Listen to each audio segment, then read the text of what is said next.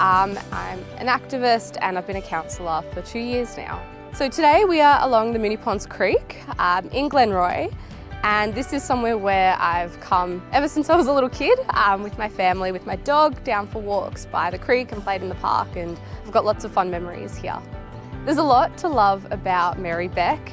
I think the fact that we've got such a diverse, eclectic mix of people here who call this area home and who all care about this area is something that really sets us apart and makes me quite proud to be from this area. So my spare time's been a bit limited up until now. I do like just to see my friends, to relax, read a good book, and to get out and to see new things. It's hard to choose just one or two of my favourite places in Merri-bek. I think most important is wherever I am with my friends or my family and having a good time, that's where I like to be. Also had some great times just sitting in Coburg Mall and having chats with people, and so really anywhere where there's a bit of energy and a bit of life happening, I think it's quite fun to be around there. There's a few big challenges facing Merri-bek right now. In terms of broader challenges, I think we need to work together to bring the community with us on particular journeys, say to reconciliation, to other forms of equality that we need to have happen in our community. As the Mayor of Merri-bek, I hope to achieve a few things.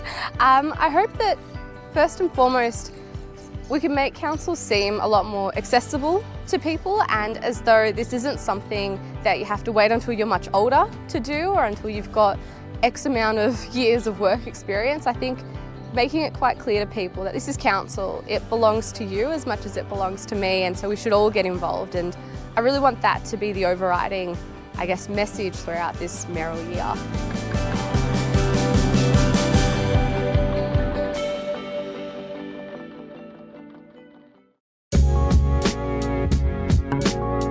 Well, they did putting the solar panel on top of the roof. It looks beautiful, and what is important is knowing the help that it could for us for our energy sufficiency. I saw everyone here in our neighborhood is putting solar, so I said to myself, I will think about it. I will not lose anything, so I choose to put it, and that makes a difference. It helps us when we receive the bill now. We saw the difference from the usual amount that we paid, so it went down, and I think it will help us. The money that is being not paid before, we can use it with other things, and I think the overall help of that solar being installed in our roof is really to save some money and also helping the climate change. And it will really make a difference for the earth, in a way, it is helping us. So I will recommend, don't hesitate to put this solar panel in your roof. It is a big difference to have it.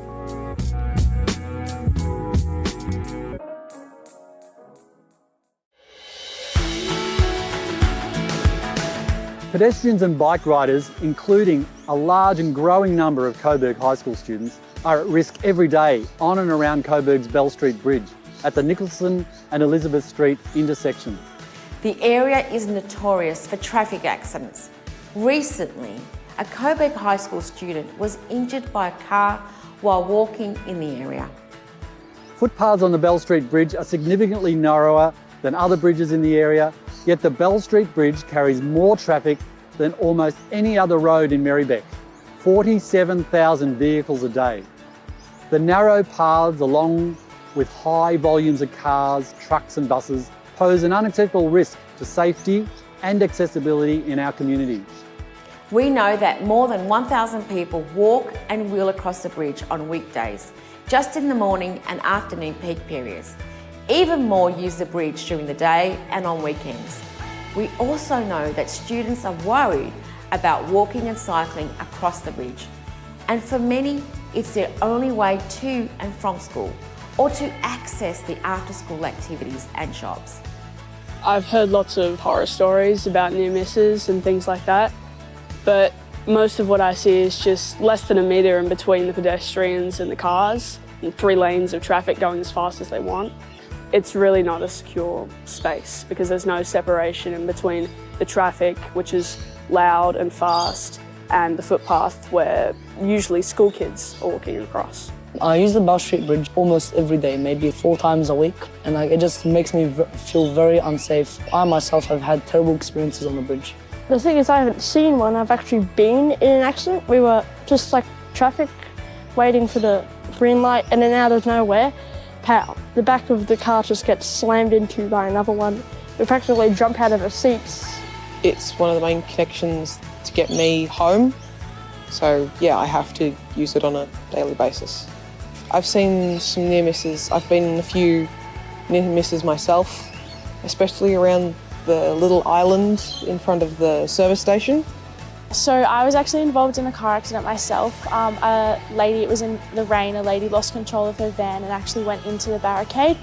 So I got pulled back from that and then had to pull one of the ladies out of the car. I was probably in year 9. So that was pretty traumatic and pretty scary to see. That kind of put me off using the bridge, especially by myself. It's very small and it's especially after school and before school, there's lots of kids going to and forth, especially because there's a 7-Eleven there. So it can be pretty packed, and obviously after school traffic makes it really, really hard. They've already implemented different lower limits, but in a sense that doesn't really change anything because not everyone follows the rules. Our school has lots of active transport modes. We use the bike paths and things that surround the Bell Street Bridge, including Merri Creek. There's kids coming to and from every single day, and I think that it's super important that we make that environment more safer and more easily accessible for students of all ages. That is why we're asking all parties to commit $250,000 to investigate and design safe and accessible active travel options over Coburg's Bell Street Bridge. We need this investigation to be completed urgently within the next 12 months. We're ready for all levels of government to work together with the community to promote safe, active travel for the current and future students of Coburg High School and the communities of Merri-bek and Darebin cities. To show your support, visit change.org and sign the No More Accidents in the Bell Street Risk Zone petition.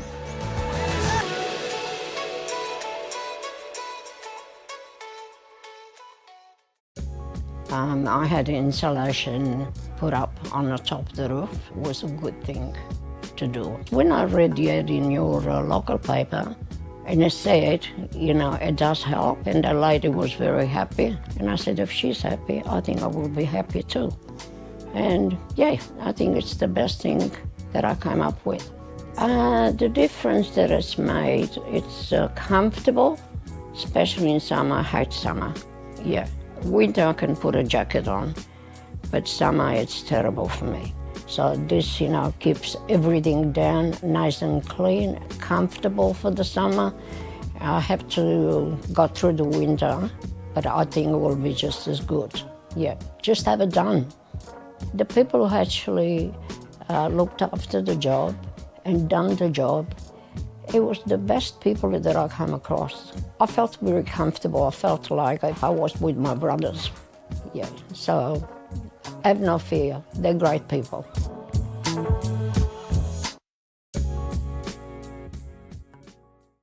Merri-bek Council is currently rolling out a new 4-bin waste service.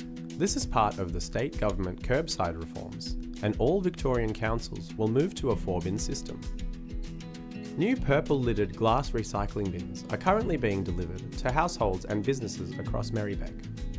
Glass recycling bin collections will start in July, so please store your purple bin somewhere safely until then. Until glass recycling collection begins, continue using your yellow mixed recycling bin for all recycling material. From July this year, purple glass recycling bins will be picked up monthly or every 4 weeks. You can place your empty glass jars and bottles into this bin. If jars and bottles have their lids, make sure that they are kept on and not disposed of loosely inside the bin. By sorting your glass into a separate bin, you are improving the quality of recyclables in Merri-bek. You can learn more about the 4-bin service at merri-bek.vic.gov.au/your-new-bins.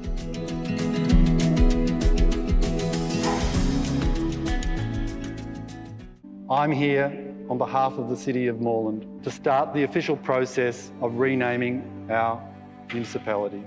The Council received a letter from the Wurundjeri Wurrung. The Wurundjeri Wurrung said, retention of this name for the principal civic body for a diverse community is untenable. The Council agreed. The language of this land is not lost, it's still looking for its people. And this is one big step actually to bring the voice of the land back by naming the local language area. Language connects us to culture. It's how we learn everything, how we express everything. Now let's use all the wisdom, resources, capacity, knowledge, history to learn from the past and never let it happen again, and move forward and help the people that need it the most.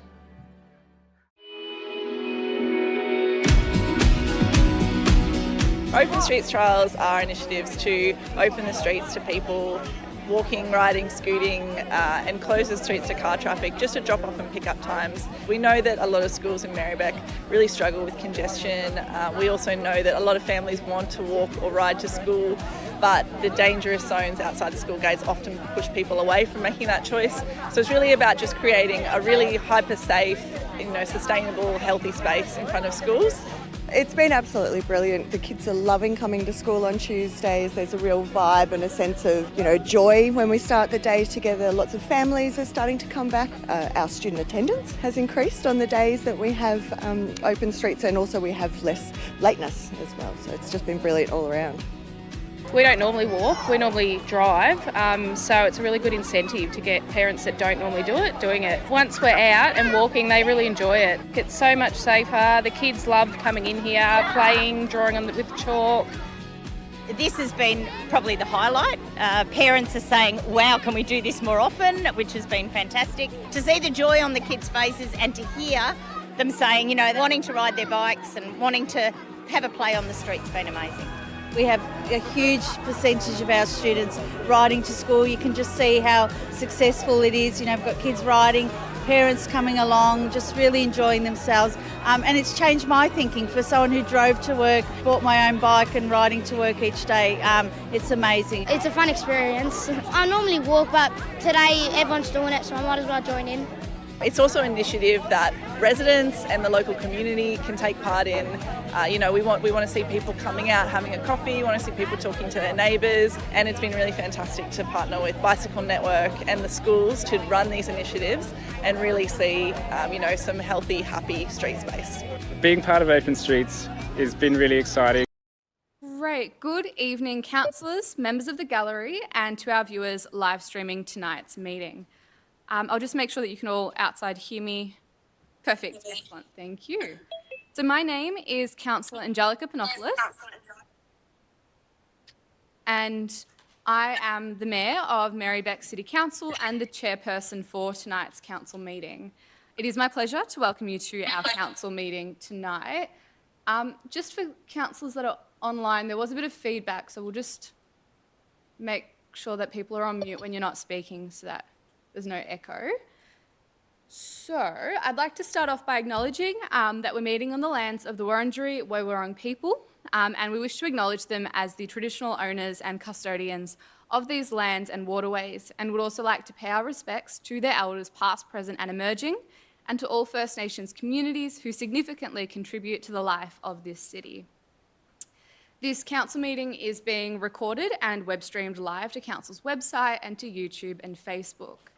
The recording will be available as video on demand, and attendees are advised that they will be recorded during the meeting. A reminder that as councillors, we'll act in accordance with the Councillor Code of Conduct, which will support the principles of leadership and good governance that secures public confidence in the office of councillor. In the event of an emergency or a disruption, we may be required to take action to ensure the safety of attendees. For members of the gallery and councillors attending in person, please follow the directions issued by council staff and security officers. I would also like to remind members of the public who are here either in person or watching via council's live stream that as we gather today, it's really essential to remind everyone of the importance of conducting ourselves in a respectful manner. We're all part of this community, and it is crucial that we treat one another with respect and empathy and understanding. Let us remember to engage in a constructive dialogue, listening attentively to each other's perspectives, even if they differ from our own. Respectful behaviour fosters an environment of inclusivity and collaboration, allowing us to make progress together. So please let us all demonstrate in both our words and our actions and our interactions. In the event that there is any disorder in the gallery or any antisocial behaviour, I might ask that the individuals involved refrain from those certain behaviours or ask that individuals leave the meeting. So thank you in advance for your understanding and your cooperation. So I'd like to introduce the other councillors in attendance tonight. And so in person, we've got Councillor Mark Riley. Hi there. Councillor Monica Hart. Hello everyone. And Councillor Sue Bolton. Hi everybody. And the following councillors have been approved to attend tonight's meeting via electronic means. We've got Councillor Helen Pavlidis. Good evening. Councillor Adam Pulford. Hi everyone. Councillor Oscar Yildiz. Good evening, everybody. Councillor Lambros Tapanos. Good evening. Councillor James Conlon. Hi everyone, I'm just trying to switch between devices, so you might lose me a little bit, but I should be able to sort out soon. Great, all good. We've also got Deputy Mayor Helen Davidson and Councillor Anna-Olivia Carley-Hannon approved to attend online, but they haven't yet joined us. So I'll just also introduce the Chief Executive Officer, Kathy Henderson, and our senior management team who are here behind me. Councillors, do we have any apologies from councillors for tonight's meeting? Nope. Do we have any requests for leaves of absences? No. Okay, I will now move on to disclosures of conflicts of interest. Councillors, are there any conflicts on any of our items to declare? Yes, Kathy. Thank you, Mayor. I'm not a councillor, but I just want to signal that for item 7.11, I will be leaving the chamber and declaring a perceived conflict of interest. I'll give details at the item. Thank you. Great, thank you. Item 3 now is confirmation of minutes of previous meeting. So councillors, could I please have a motion for the confirmation of the minutes of the council meeting held on the 20th of June 2023?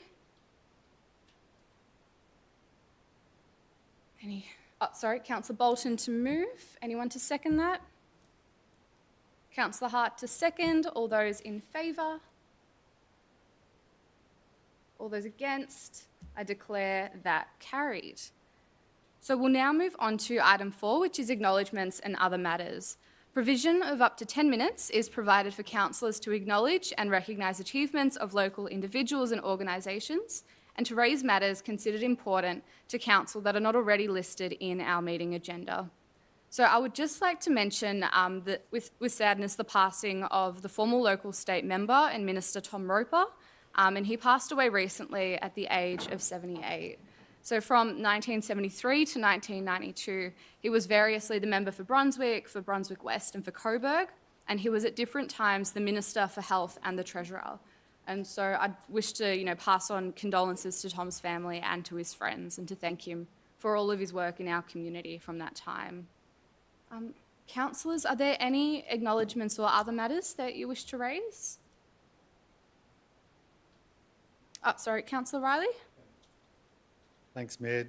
Just two things really to mention. One is I visited the Ryman facility this morning, which is a Rotary facility where over 60 Rotary clubs have joined forces to get reused materials, household goods, furniture, sheets and bedding and all sorts of things. It's actually located in our city, and just encouraging people to make sure that they donate through the usual channels, because it will end up in the Ryman facility, and it helps people fleeing domestic violence or coming out of prison and all sorts of situations. So that was really great to see that happening. It's a joint initiative across a lot of Melbourne. The other thing I just wanted to mention is tomorrow night, the second in the 2023 series for Things Men Can Do to Challenge Sexism Forum is happening at Brunswick, and that's about respectful and equal relationships with women, And so that'll be happening tomorrow night with Bob Pease, Robert Siemens and Emily from Women's Health in the North. So just letting people know about that. You can look up Courageous Conversations on our webpage and you'll be able to RSVP there. Thanks. Great, thanks, Councillor Riley. Any other acknowledgements or other matters from councillors? No. All right, we'll now move on to petitions. So for petitions on the agenda, there were none listed in the agenda, but we have received one since the agenda was published. And I'll just welcome Councillor Davidson, who's just connecting her audio. So the petition containing 72 signatures has been received requesting that council remove the unsafe bike infrastructure on Kent Road and Pascoe Vale and make it consistent with the rest of Kent Road. So that's what the petition is calling for. I'll see firstly if there's any conflict of interest to disclose on that one. Sorry, Councillor Yildiz, you've got a hand up. Yep. I'd like to, disclose a conflict, please. Yep. Could you just outline the nature of that conflict? My wife recently acquired a business, not on where the bike lanes are, but next to it. Okay. Not on that side of Kent Road, on the other side of Kent Road, and that wasn't planned. That's very recent.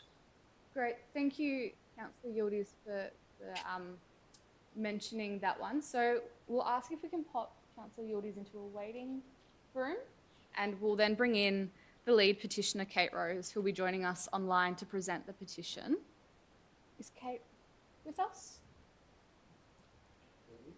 Oh, great. There's Kate. Hi, how are you going? Good, thanks. All right, there we go. Good evening, Mayor, councillors and officers.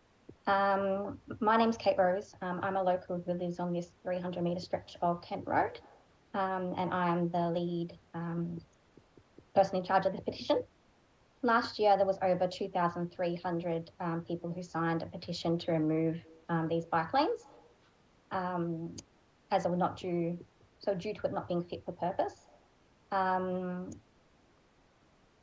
Then there was the decision was made to put in sort of new infrastructure and trial of 12 months.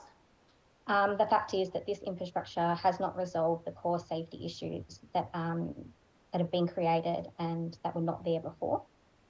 Narrowing of the road to one lane traffic flow, which I've not seen anywhere in Melbourne with separated bike lanes, and the short distance between side roads and Kent Road has created bottlenecks with vulnerable people in the mix. There's poor sightlines and congestion, which was also reported by the road safety auditor as high risk. The local community has had no choice other than to start a new petition asking for the trial to end. Within a few days, there are already 72 signatures. This is once again signatures from the real users of Kent Road, predominantly those who are accessing the medical centre. This 300-metre stretch of road already has traffic calming measures that would be consistent with the planned works on Kent Road travelling east by the Department of Transport and Planning of its low-stress bicycle route between Glenroy and Coburg. As you know, these works have been completed. The final block of Kent Road, which is between Sussex and Derby Street, I noticed is planned for speed cushions and a wombat crossing. This 300-metre stretch of road should be returned to its former low-stress self, make it consistent with the rest of Kent Road to avoid any mistakes that could cause injury or worse to anyone on the road, and particularly the vulnerable users. If the pedestrian crossing north-south to Pascoe Vale Health is viable and approved by the Department of Transport and Planning, and it improves access to the amenity around Pascoe Vale Health and Coal Reserve, that will be welcomed by the community. Thank you. Thank you, Kate, for taking the time to present that petition. Councillors, is there anyone who would like to speak briefly to the petition? And if not, I'll ask for a motion that the petition be received. Councillor Hart to move. I saw Councillor Davidson with her hand up next. So Councillor Hart to move, Councillor Davidson to second. All those in favour? All those against? That is carried. So, councillors, are there any petitions to be tabled by councillors on behalf of residents? If not, we'll move on to item 6. And yes, we've got Councillor Yildiz back. So item 6 is questions of council and community statements. The time provided for questions and statements is 30 minutes, and this can only be extended by another 30 minutes by resolution of council. If we do not have time to answer your question, it will be taken on notice and responded to in writing. Priority will be given to questions and statements that relate to matters listed in the agenda. If time allows, questions about items other than those listed on the agenda will be considered. A maximum of 2 questions or statements in any combination is allowed per person, and questions or statements that relate to a matter listed in the agenda will be dealt with first. If you've registered to ask a question, when I invite you, you or your representative must state your name and suburb and then ask your question with preamble or background for up to 3 minutes. If you've registered to make a statement, when I invite you, you or your representative must state your name and suburb and then make your statement without taking longer than 3 minutes. If you've submitted a second question or have indicated that you've got a second statement, it may, at my discretion, be deferred until all other persons who have submitted questions have asked their first one, or it may not be asked if time does not permit. A maximum of 3 questions will be heard on any one subject, and then we'll proceed to the next topic. If time allows, we will return to the previous topic. I will either answer the question on behalf of council, or I'll invite another councillor to answer. Alternatively, I will ask the CEO to provide a response or to refer it to a council officer. There'll be no response or discussion in relation to community statements. As detailed in the governance rules, questions or statements may be disallowed if they are defamatory, indecent, abusive, offensive, irrelevant, trivial, or objectionable in language or substance. If a response to your question is provided at tonight's meeting, there'll be no further formal response. However, council will action any commitments made in the question. So our commencement time is 7:19. And first up, we've got a question on report 7.13, which is the governance report. And I believe that we've got Marion Atwater here in person to ask a question regarding advisory committee citizen appointments.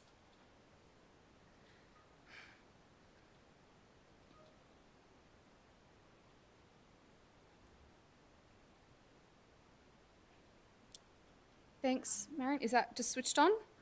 Great. You've got 3 minutes. Thank you, Mayor and Chairperson. Good evening. So my question is, it's about the governance report, which contains records for a few Citizens Advisory Committee meetings, which are, in my opinion, neither summary minutes nor meeting records. My question is, are Citizens Advisory Committees allowed to appoint new members, or does this require a resolution at a council meeting? Thanks, Marion. For that, we'll go to Yvonne, who's Acting Director Business Transformation. Yes, thank you for your question. The appointment of advisory committee members are actually made by council resolution, and most recently some advisory committees have identified some vacancies of member roles, and these will be referred to council for a recruitment process. Thanks. Thank you. Marion. Thank you, and thanks, Yvonne. So next up, we've got a statement on item 8.1, which is the Hope Street traffic and safety concerns. And for that, we've got Kenna Morrison here in person.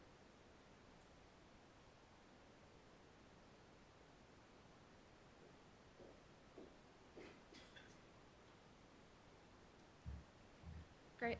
Thanks, Kenna. And just make sure it's switched on, and you've got 3 minutes. Okay, thank you, Mayor. I'm one of 3 residents living on or adjacent to Hope Street who are acutely aware of the dangers to pedestrians and bike riders on Hope Street, as well as potential conflicts with motorists. My colleagues, Craig Fernandez and Michael St Anthony Martin, apologise for not being able to make it here this evening. The immediate reaction of each of us upon realising that the speed limit on Hope Street was 50 kilometres an hour was that it was too fast and that it needs to be reduced. Independently, we contacted your predecessor, Councillor Riley, who then put us in touch with each other. As we discussed the situation, we quickly realised that reducing the speed limit, while an important step by itself, would not be enough to reduce the speed of vehicles travelling along Hope Street and improve safety. Other measures would obviously be necessary as well. We also realised that any significant changes would be unlikely to receive any implementation priority without Council and possibly Transport Department knowing that there was strong local support for changes. As a result, we letterboxed all the residents in Hope Street and those about halfway to Albion and Victoria Streets on either side of Hope Street, inviting them to complete an online survey seeking their views on the idea of taking action to improve safety on Hope Street, as well as their reactions to a few suggested measures. We had 297 responses, of which 257 were from people living on Hope Street or adjacent. Of those, 70% said that they would definitely support a lower speed limit, as well as other safety improvements. And a further 9% said they probably would not. So, vast majority. 71 explicitly supported the adding of pedestrian crossings and only 16 opposed them. We've provided all the data and some analysis to Council staff. In response to a request to open text answers, the most frequently mentioned locations of concern were the area adjacent to Gillen Oval, as well as the Frederick Percy and Breeze Ovens Streets intersections. We believe that a speed limit reduction along the full length of Hope Street should be an urgent priority and plans be quickly made to implement further interim improvements while more substantial measures are devised and budget reallocations made. We thank the Councillor Riley for his support, as well as the encouragement from Councillors Tapanos and Conlon, and urge Council to support Councillor Riley's notice of motion tonight and encourage Council staff to follow through as quickly as possible. Thank you. Fantastic. Thank you, Kenna. So next up, we've got somebody joining us online for a question, Claire Deary, on Notice of Motion 8.3, Merri-bek Community Campaign Support. Oh, it's Leah, sorry, who's joining us. My apologies. So we've got Leah Deary joining us to ask a question on item 8.3. Leah, can you hear me? Yes? All right. Could you say something just to make sure that we've got your audio? I can hear you, sorry. Perfect. Slight delay in my live stream. All good. You've got 3 minutes. Thank you. Good evening, Mayor and councillors. My name is Leah Deary and I'm a Merri-bek resident from Brunswick East. I'll provide background first, but my question tonight is about the Indigenous Voice to Parliament referendum being held later this year. I'm aware that Merri-bek has various community efforts working right now to advocate for the constitutional referendum to provide a voice for Australia's First Peoples after more than 230 years. The campaigns are not directing or telling people what to do in the polling booth, but rather advocating for a voice as part of the Uluru Statement from the Heart's invitation that all Australians listen and walk with Aboriginal and Torres Strait Islander people to establish treaties, a truth-telling process, and a national voice to federal parliament. In this way, the Wills for Yes campaign and the Merri-bek Yes community campaigns will be promoting learning and sharing stories about survival, as well as the ongoing devastating consequences of colonisation on Australia's First Peoples.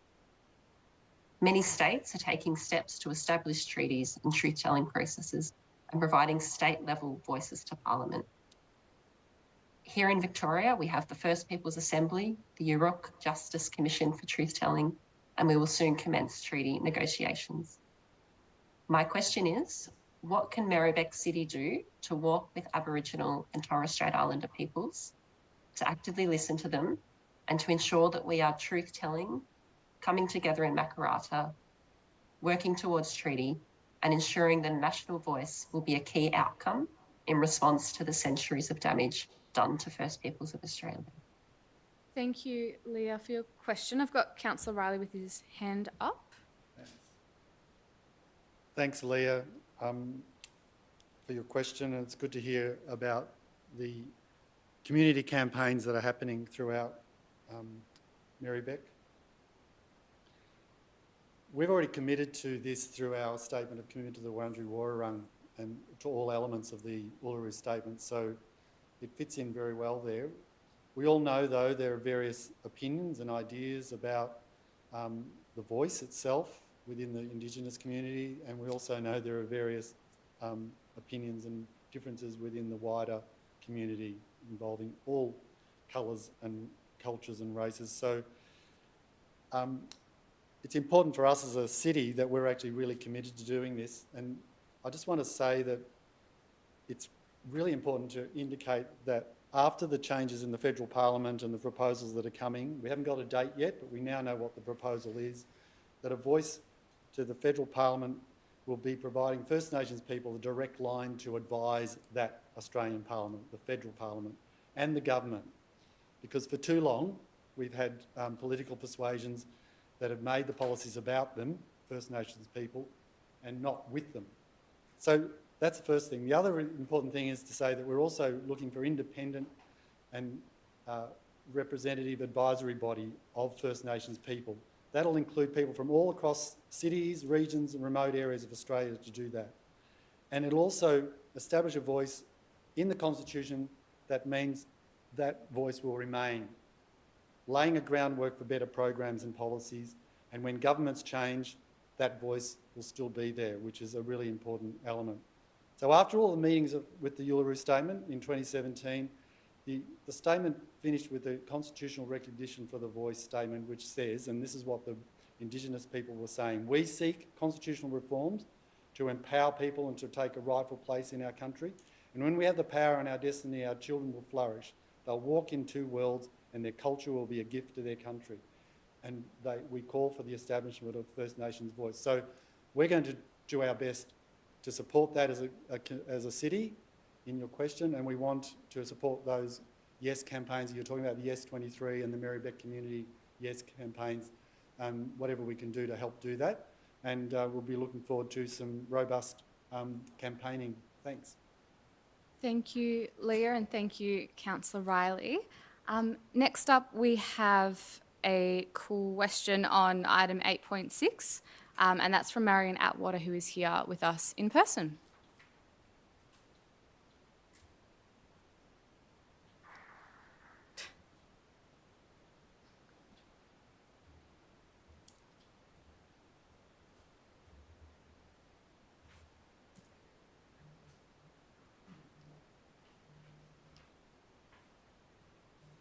Thanks, Marion.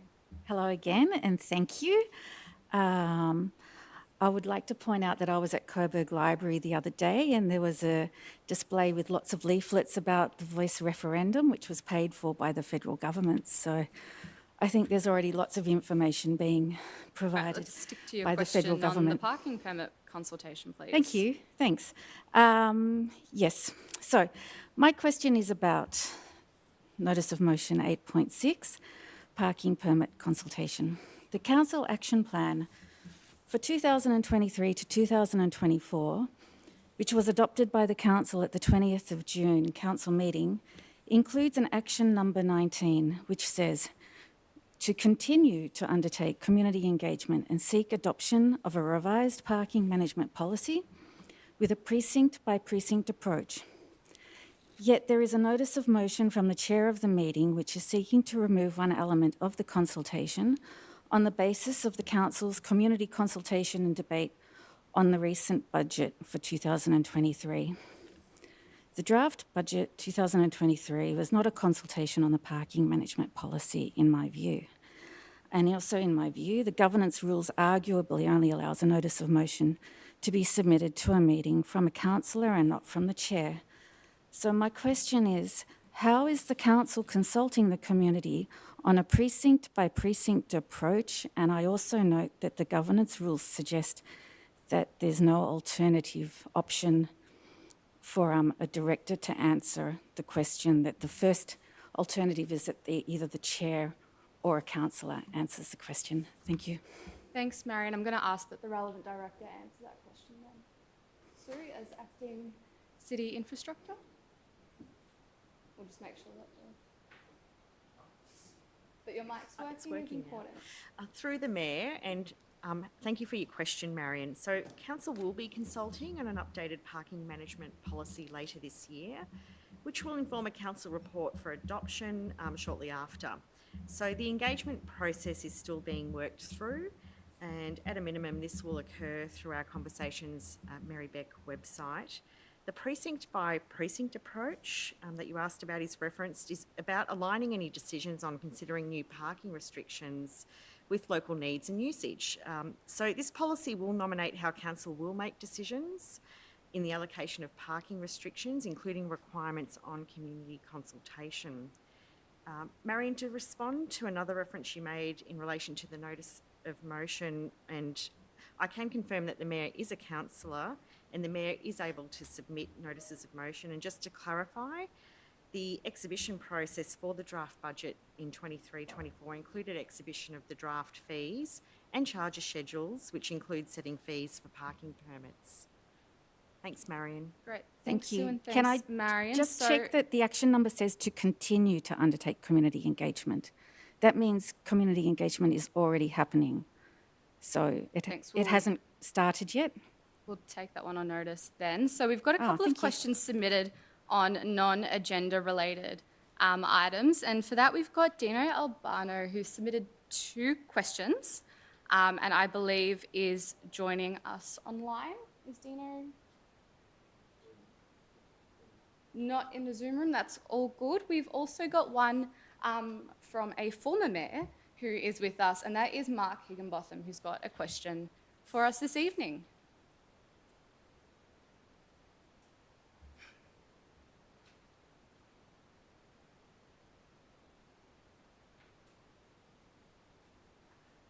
Good evening, Mayor and councillors. It's good to be here again tonight. Just if I can ask a little indulgence. First of all, as a long-term resident of Hope Street, I certainly do endorse the matter that's coming forth in relation to the reduction of the speed in that street and also to do with various other safety measures. The other thing I want to do is to say formally as an ex-mayor that I am a supporter of the Uluru Statement of the Heart and everything that goes with it, and I fully support everything we can to help our Indigenous brothers and sisters. Thank you. My question relates to, really it's a planning matter, but it's more than that. It relates to the question of apartment blocks and the collection of rubbish or refuse. In these matters, usually, when you have a large apartment block, the collection is often part of the planning process, that the rubbish is done by a private contractor. It's not done through the council service. And I must say that I'm aware, obviously, that is from July of this year, that we've gone to a 4-bin collection service, which I can endorse. I think it's great. I am a bit concerned about the number of bins and things that this has caused, and I'm sure that the council's looking at that very carefully. My concern relates to the question of the private contractors. As we get more and more apartment blocks in this city and across Melbourne, a lot of these private contractors come in, and the refuse collection is often done in the question of 2 bins. There's usually one for general refuge and there's one for recycling.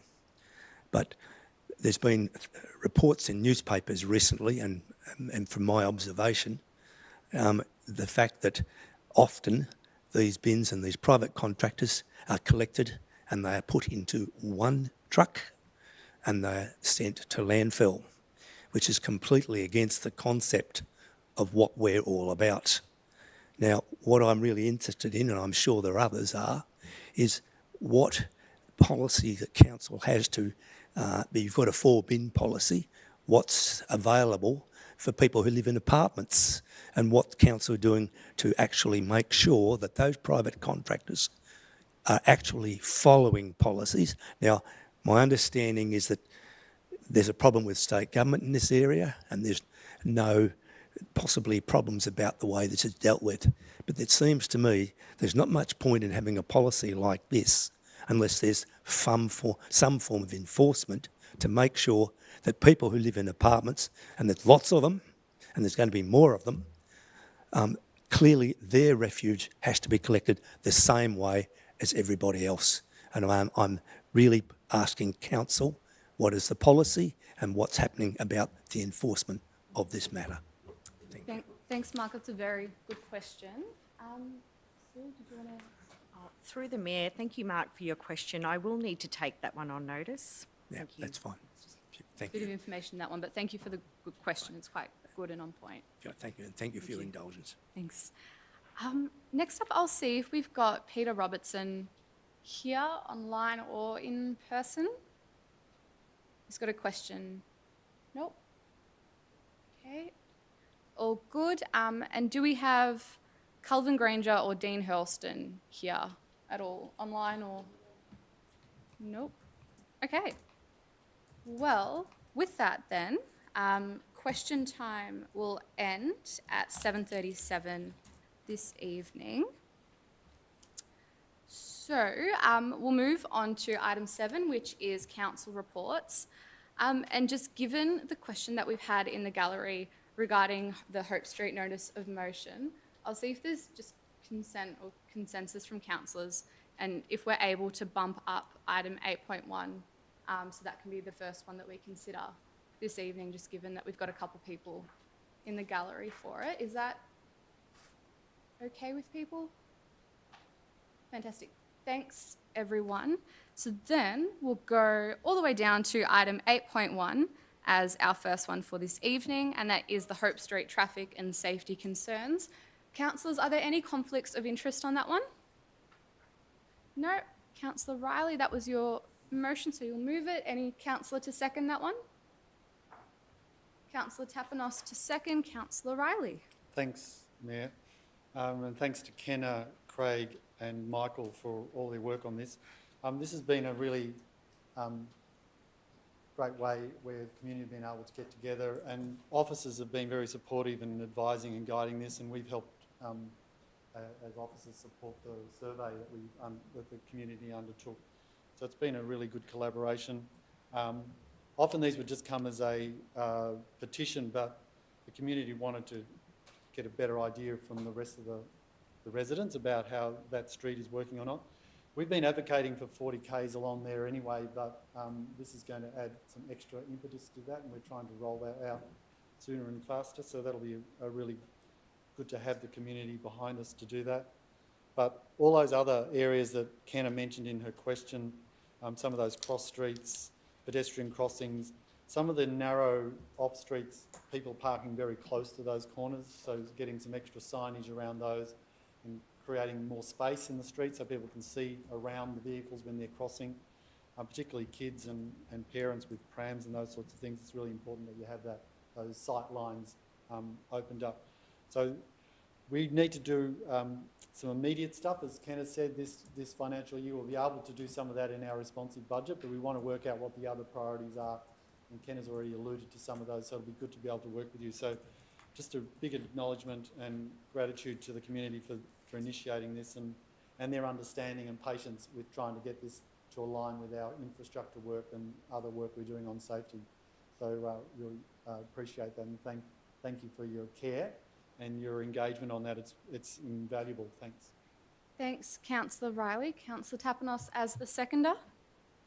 Thank you. I'll be brief because I think the move has said it all. But just to say that I know Hope Street really well, and I grew up just off Hope Street. So it is a street that does have significant traffic issues. And unfortunately, there have been many near misses and many accidents that have occurred on Hope Street. So a bit of a review, not just decreasing the speed limits, which will be very welcomed and go a long way, but a bit of a review of what else council can do to make the street safer is really welcome. So I look forward to seeing what this report will come up with in the future. Thank you. Thanks, Councillor Tapanos. Are there any speakers against this item? Any other speakers for this item? No, if not, then we'll just put that one to the vote. All those in favour? All those against? That is carried unanimously. Thanks, councillors. So we'll hop back on up to 7.1. I'm just scrolling through my notes, and that is the draft arts and culture strategy. Any conflicts of interest to disclose? Nope. All right. Do we have a mover? Councillor Hart to move, and anyone to second? Councillor Bolton to second. Councillor Hart to move. Lovely. Good.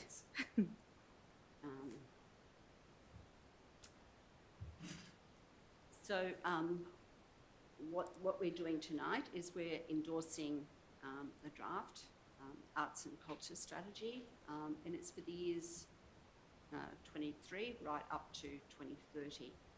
And what that allows us to do, that strategy then will go out for public exhibition. Monica, is your mic on green? Oh, sorry. Oh, just bring it down to you a bit, the actual microphone itself, like this bit.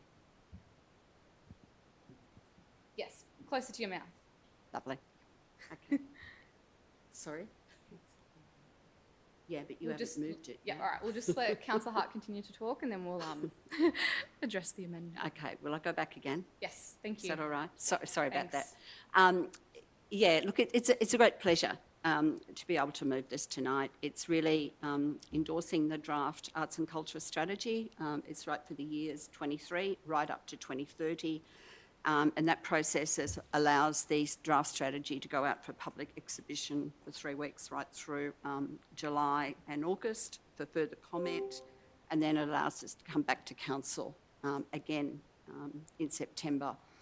And one of the aspects of the policy is that it also refers items, recommendations for increased expenditure, the arts and culture budget going into 24-25, and there's action plans for 23-24 and then 24-25 as part of the strategy, and there will be annual action plans as part of it. This was a long period of consultation. I actually sit on the Arts and Culture Advisory Committee, so it's been good to be able to be close to the process and be part of meetings where officers were reporting back on it. There was a lot of work done. I think there was about 12 focus groups. There was a lot of work done around council advisory and reference groups. On the 140 online submissions, and there was work done as well with the First Nations creative consultation. So an awful lot of work behind in the background. And I guess just to say that, you know, this sits within the whole backdrop of a really vibrant arts and cultural community across Merri-bek. But there's actually 9.3% of people across Merri-bek are actually employed in and work with creative industry. So that's a much higher average. And I must say Brunswick has the highest percentage across, I think, the nation of singer-songwriters. Just to quickly point out the priority areas for this strategy, it's around creation, connection and investment. And as well as those key priority areas, there's 5 areas of commitment. Increased support for First Nations artists, increased programming in the north. So while Brunswick's got the highest percentage of singer-songwriters, the real community feedback was to push far more artistic activity and connection into the North community, where we also know there's many artists. Thanks. Councillor, last sentence. Two more. I had to repeat. And a lot of more flexible, refresh the festival program, and increased public art commissions was also another priority. And increasing space for artists, that's a high demand. I'd really urge people to read the action plans, which really flesh out those areas. Excellent. Thank you, Councillor Hart. Thanks for the time. Councillor Bolton as the seconder. I need to take myself off seconder so I can move an amendment. Yep. Great. So just for clarity for people outside, so Councillor Bolton is moving an amendment, so we'll take herself off being the seconder. So Councillor Riley will be the seconder. Councillor Riley, did you wish to add anything? Make sure you switch on your mic if you do. No? Great. Councillor Bolton, you have an amendment. Yes, I'd like to move the amendment. And your microphone. I'd like to move an amendment to point 1. Yep. So to add a section at the end of point 1, will come up on the screen in a tick. Point 1, point 1, I want to amend a point in the attachment on the Arts and Culture Strategy Action Plan. And the part I want to amend there is point 1.4, which is about the festival program. Most of it, the dot point is, all good, but it's about design and delivery of updated festival program that is flexibly innovative and more accessible across the municipality. Support all of that. I want to add the words accessibility to include economic accessibility, such as more affordable food options. Great. So I'll see if that's acceptable to the mover and the seconder. Yes from the seconder, yes from the mover. So that is part of the substantive. So I'll see if there are, just quickly, any speakers against this item. Any other speakers in favour of this item? Councillor Bolton? I would like to speak in favour. I'd particularly like to speak as to why I moved that particular amendment, because in recent years I've had a number of people in the north, in Fawkner and Glenroy, talk to me about how the food options that are provided at festivals are incredibly expensive and put parents at a really in a really difficult position, because a lot of the food trucks are just unaffordable, and some people have to go without eating when they attend the festivals for that reason. Once upon a time, in the Fawkner Festa used to provide, there used to be probably as more community stalls which provided affordable food, and that sort of vanished from the Fawkner Festa these days, and similarly with the Glenroy Festival. So that's what why I've moved that amendment, because we actually have to be accessible in an economic way, not just in other ways as well. The other point I think is really good about the overall proposal is a recognition about cultural practice in the north, and I think there are a lot of musicians, performers, artists and so forth who've moved to the northern municipality because rent is so expensive in the southern part of Merri-bek. And I particularly hope that our festivals take advantage of the fact there are a lot of performers in the northern parts of Merri-bek, and I think it is good that Council is looking at organising events, performances, etc. In the north. The other thing which is mentioned in the policy is talking about artists being able to hire council facilities at a community not-for-profit rate. I think that's really important, because I have a lot of contact with artists who talk about how unaffordable rent is, and talk about the possibility of needing to move out of Merri-bek in order to hire a place to practice. So anyway, I think there's many good things, but I just want to explain my amendment. Great, thanks, Councillor Bolton. And sorry, just a reminder for those of us here in person, if we could make sure that this microphone bit is close to our mouths when we're talking, and that way people online will be able to hear us a bit more clearly. Okay, so that was another speaker in favour of it, and just noting that we've got Councillor Carly Hannon, who's just joined us. Are there any speakers against this item, or any other speakers in favour of this item? If not, we'll put that one to the vote then. All those in favour? All those against? That is carried unanimously. 7.2 is heritage shopfronts in Coburg. Does any councillor have a conflict? No? All right. I see Councillor Bolton is on her feet. And could you just explain what you're moving, and then we'll see if you've got a seconder. I'm moving the current, the recommended resolution with a small change. So I've got a small alternative. So my alternative simply amends the point 1 to remove the words along Sydney Road, so that the proposal would be for a heritage implementation plan to undertake a preliminary heritage assessment of properties within the Coburg Activity Centre. And I have to scrap the point 2, because unfortunately legally a council isn't able to just institute interim heritage controls. We have to ask permission, I've discovered. So, yeah, so if I've got a second, I can speak to it. Give me a second. Councillor Conlon, that's your hand up to second it? Yeah. Okay, great. Councillor Bolton as the mover, Councillor Conlon as the seconder. So this proposal for a preliminary heritage assessment of properties in the Coburg Activity Centre from Bell Street to Moreland Road is a result of a notice of motion I moved at the last council meeting. Just Councillor Bolton, I'm really sorry to interrupt you. Just because I think the geography's been made bigger, we just need to also adjust that 20,000 to 60,000. Oh, yes. Yeah, so we'll just make sure that that's, we give it enough money to do it. Yeah, okay. if it gets passed. So that's that one. And then in the second dot point. Great, okay, sorry for interrupting. Okay, yeah.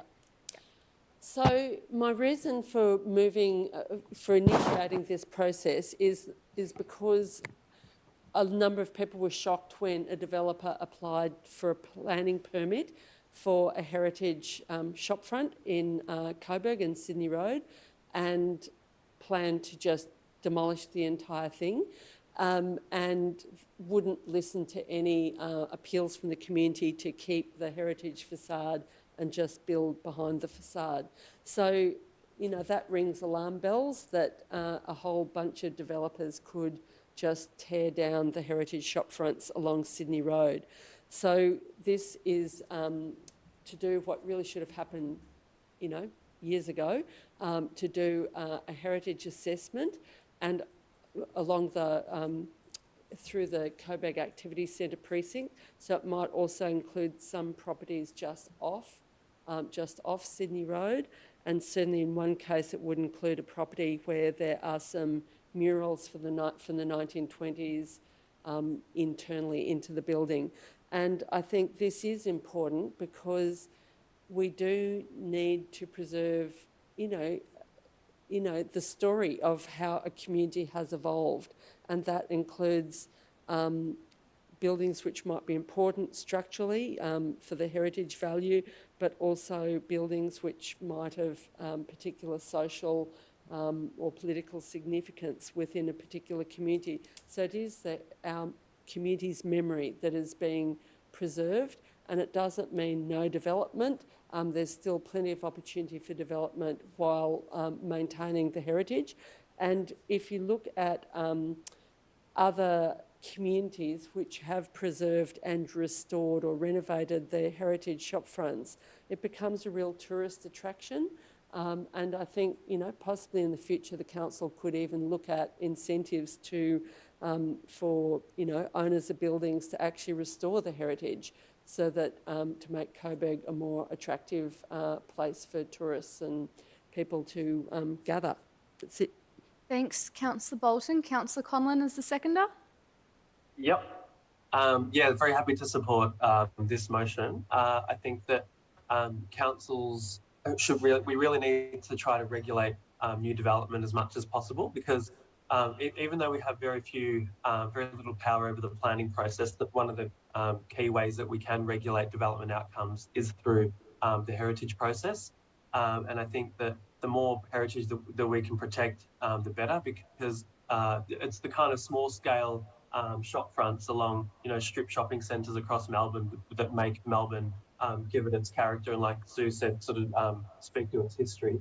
And I think if we don't do that and we have a much more kind of laissez-faire approach where we just let developers essentially dictate what the new areas look like, that lends itself to the Fisherman's Bend model, the Docklands model, or even the kind of South Yarra model, where you have these, you know, gross, soulless, large, you know, skyscrapers and very little kind of street life, and yeah, you kind of really destroy the soul and the essence of a city. So I think it's really important that council tries to influence development outcomes as much as possible, particularly by using its ability to influence heritage outcomes.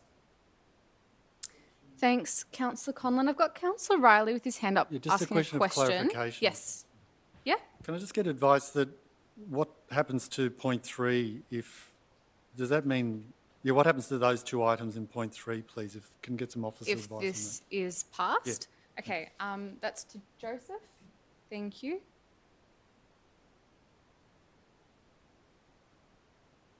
Make sure that's on. Okay. That's all right. No, it is working now. Okay. Through you, Mayor, thanks for the question, Councillor Riley. So essentially what's being proposed tonight is to accelerate the delivery of this particular piece of work, which was not budgeted for or factored into the implementation plan. So effectively the implementation plan is shuffled backward as a consequence. So the table on page number 26 demonstrates that in 23-24, this current financial year, this particular piece of work would proceed subject to council endorsing it tonight. And then in 24-25 financial year, two separate pieces of work being the proposed audit of heritage places and precincts within the industrial land strategy areas would be the next piece of work following this. To put it differently, those items would be deferred because of this. That's right. Okay, great. I hope that clarifies that. So we've had the mover and the seconder. Councillor Pulford, is that a question or would you wish to speak against this? Just a question. Yeah. Joseph, this isn't actually locking us in, right? Because we have to include it in our budgeting. Because going from 20,000 to 60,000, that's concerning for me, especially given we just fought over lots of money in the budget process. But so is it subject to the further decision, or is it actually allocating 60,000? If so, where did the 40,000 come from? Thanks. Councillor Pulford. Thank you. Through you, Mayor. Councillor Pulford, what is proposed and anticipated in this recommendation is that the matter would be referred to Council's Q1 budget review process. So any savings or projects that are potentially to be delayed could potentially help facilitate the costs associated with delivering this work. But to answer your question explicitly, it would be subject to that budget review process at Q1. Great. Thanks, Joseph. So back to the speaking list. I'll see if there's any speakers against this motion. Any? I'll just see if Councillor Pulford or Councillor Riley have any doubt left in their minds, or if they're... I'm torn. Given it's subject to a future decision, I'm more okay with it. I was very worried about the 60. Okay, thanks. But yeah, sorry. Yep. Okay, all right. Thanks, Councillor Pulford. I think it'll be fine in terms of answering questions. I see Councillor Pavlidis has got her hand up. Can we please have the amendment put up on screen? Oh, yes. We'll just make sure that it is. It should just read with the 60,000, hopefully, up there for you guys. Yep. Okay, so I will go again and see if there's any speakers against this motion. Any other speakers in favour of this motion? Well, we might put that one to the vote then. All those in favour of this? All those against? All right, so that has been carried. So it was just 3 against and the rest were in favour. So that's been carried. So we'll move on to item 7.3, and that is the laneway adjacent to Castorian Association, North Coburg. I'll see if there's any conflicts of interest on that one. No. All right, do I have a motion?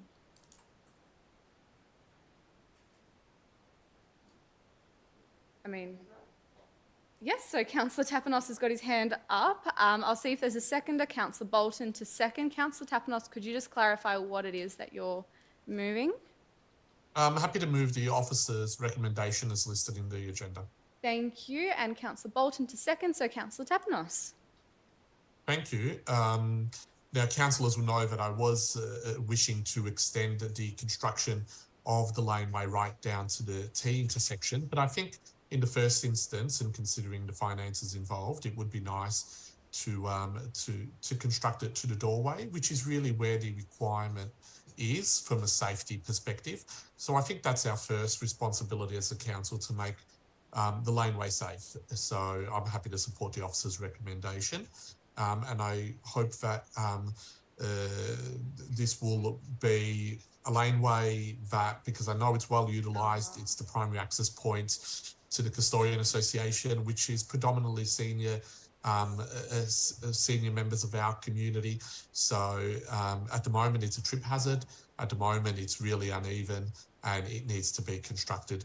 So whilst I'm happy to support it being done to the doorway, which is the greatest need, I do hope that it'll be done in an aesthetically pleasing way, and we won't have to redo it in the future. So I commend this motion to the council and hope that it receives the support, because at the moment the status quo is just not acceptable for a laneway that is such heavily used in an activity centre in our city. So I hope it can be reconstructed. Thanks, Councillor Tapanos. Councillor Bolton as the seconder. Yes, I support this motion. I actually think it is really great that this motion is proposing to name the laneway, which is unnamed at the moment, Castoria Lane, to reflect the contribution really of the Custodian Association to this community. This is not just it's not like a private residence, it's a community facility, a cultural facility, and it has been the centre for the Custodian community and is very, very important for that reason. The Custodians are come from part of Greece, and they're a particular culturally distinct group of people. And, there are very many elderly people amongst the community, which makes the lane maintenance or the making of the laneway and including the footpath as part of our footpath network extra important, because there are a lot of people in their 80s and 90s who access this community centre on a regular basis, on a weekly basis, or even more frequently. So I think this is good motion. Thanks, Councillor Bolton. I'll see if there are any speakers against this motion. Any other speakers in favour of this?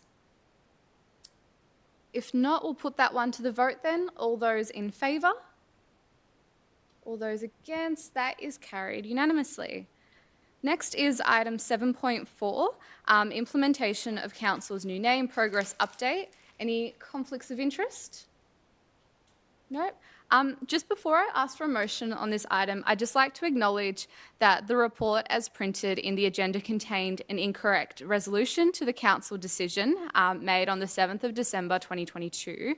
So the second part of that council decision should read as follows: that council refers for consideration that $25,000 from the $250,000 allocated next financial year 2023/24 for the implementation of council's name change be reallocated to a Merri-bek naming support grant program to continue the once-off Merri-bek naming support grant program next financial year. So thanks, Councillor Hart, for picking up on that one. So that was just that clarification. Now, Councillor Tapanos, you had your hand up, and so I'll just confirm what it is that you're moving, and then we'll see if you've got a seconder. Thank you. I'd like to move the recommendation with an additional dot points. I can read that out as was circulated today. Yeah, that'd be great. You could do that. Okay, so I'll read the 2 dot points. That council notes the updates on actions to implement council's name change to Merri-bek City Council and the associated costs for the 22-23 financial year.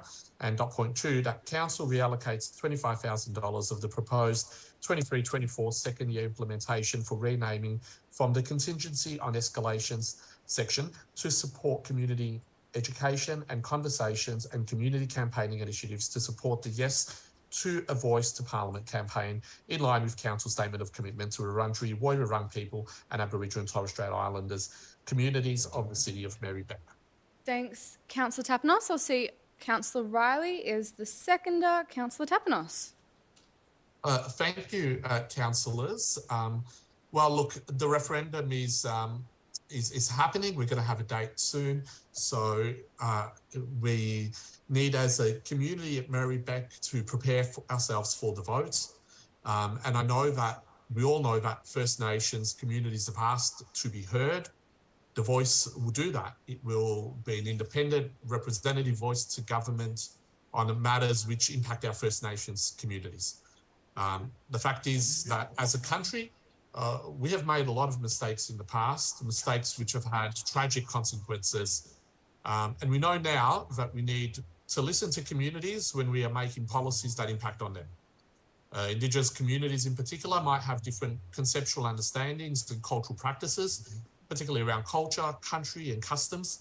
We need to better understand them. We need to walk with them. We need to listen to them when we are making legislative changes.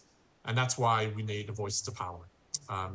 And we know that when we empower communities and we consult communities, we get better outcomes. And ultimately, that's what this is about. It's about getting better outcomes for Indigenous communities across the country. So what I'm proposing tonight will allocate $25,000 to support community conversations about the referendum. We will all need to vote soon, so we need to be informed. And as a council, any council plays a leadership role in its community. And this allocation, in my view, is not significant. It's not new money.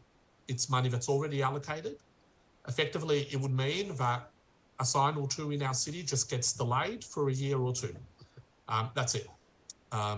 It's more important that we prioritise the referendum and we prioritise informed decision-making in our municipality. We have supported big national campaigns in the past with much more resources than this. So we should not deny this allocation here today. We should support it, create these conversations in our city and make sure that our residents are as informed as possible when they go in to vote at the referendum. Thank you. Thanks, Councillor Tapanos. And I'll just remind people in the gallery to make sure you're not distracting others from hearing what councillors are speaking to in debate. So Councillor Riley is the seconder. Thanks, Mayor. Thanks, Councillor Tapanos, for moving this. Look, I've already spoken in reply to the question earlier. And so I guess I really just want to add that this is very much about supporting what the community campaigns will be doing in support of this. I understand there are some concerns from people who are saying that we're not going to be sort of out there promoting the no case. Well, you know, 230 years of history is a pretty strong argument for not doing that. The deaths in custody inquiry held, I think, nearly 25, 30 years ago, is still not being addressed properly. We've got communities who are still being trying to repair themselves after all of the stolen children and all of those generations. There are so many consequences from the actions of colonialism and white settlement in this country. It's, you know, I could be here a very long time talking about it. But the truth-telling, the treaty making are all very important parts of the Uluru Statement from the Heart. And these are things we need to do. Everyone who comes to this country after the Indigenous people are immigrants to this country. The wars, the massacres have largely been untold. And we need to go out and relearn our history about how land was stolen, how communities were divided, how people were not able to get their water, they could not get their food, they could not conduct their culture like they did, because we literally took it and we often summarily killed them and shot them without going through judicial and other processes. These things are well documented, and it's very clear to me that we need to be out there doing what we can to support the voice so that we can get on with treaty and we can get on with other reconciliation work. So I'm really pleased to support this. This is a reallocation. It's not a threat to the budget, but I understand the concerns some people have about it, but it's important that we actually live up to our statement of commitment to our Wurundjeri Wurrung people, and that we actually do what we can as white fellas. 96% of us are going to be deciding what happens to the other 4% of the population when this referendum happens, when we go to the polls. And it's time that that 96% did something about rectifying the impacts of our forebears and our settlers in this country and this is one way we can do that. And then we can get on with treaty and other things as well. Thanks, Councillor Riley. I'll see if there are any speakers against this motion. If there are... Councillor Bolton? Yeah, thanks. Firstly, I'm not exactly against the motion, but I would like to explain. I think, firstly, we need to vote on the 2 dot points separately. I think the discussion about the voice should happen around the notice of motion, which I propose we discuss next as the next item on the agenda. And I believe there is an amendment to that notice of motion around a process for consideration of extra funding for council campaigning around the voice. My understanding is council has already got money allocated to some community education. I know that there were several dates proposed for community discussions at the First Nations Advisory Committee, some in July, some in August. So there's already a process in place for that. Doesn't mean we can't fund and organise more, but I would prefer that we just vote on the subject of this particular agenda item, which is implementation of council's new name. And I support the officer's recommendation, and I'd rather see the discussion around the voice to be around the notice of motion that's focused on that issue. So I'm actually against point 2 for that reason. It's not that I'm opposed to any extra allocation of funding, but I think I support the approach being put forward to the notice of motion amendment by Councillor Hart. Thanks, Councillor Bolton. I'll see if there are any other speakers on this item, either in favour or against. Councillor Conlon, can I just clarify which way you were speaking? Also, I'm in favour of the first dot point, but not the second, so also proposing that we vote on them separately. Great. Councillor Conlon? Yeah, if you wanted to speak to that. Or speak to your position generally, sorry. Yeah. Yeah. Again, I just have issues with the process here.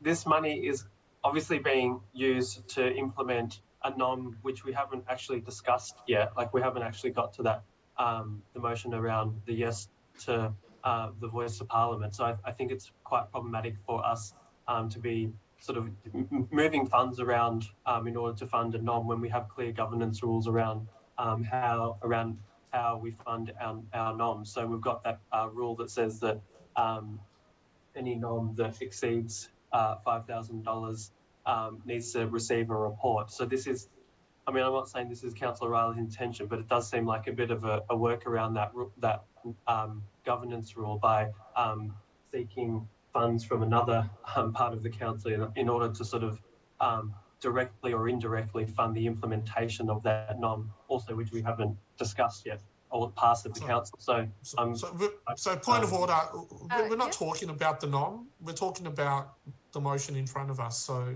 I'd like to hear... Sorry, thank you, but you talked, your whole speech was about the voice of Parliament. Councillors, let's just take a breather for a moment. So thanks, Councillor Tapanos, for that point of order, and thank you, Councillor Conlon, for what you've been raising. I might actually just check. But hang on, I haven't actually finished talking. Thanks, Councillor Conlon. I'm the chair of this meeting. I might just check in with governance to see if they can provide some advice about what you've raised there.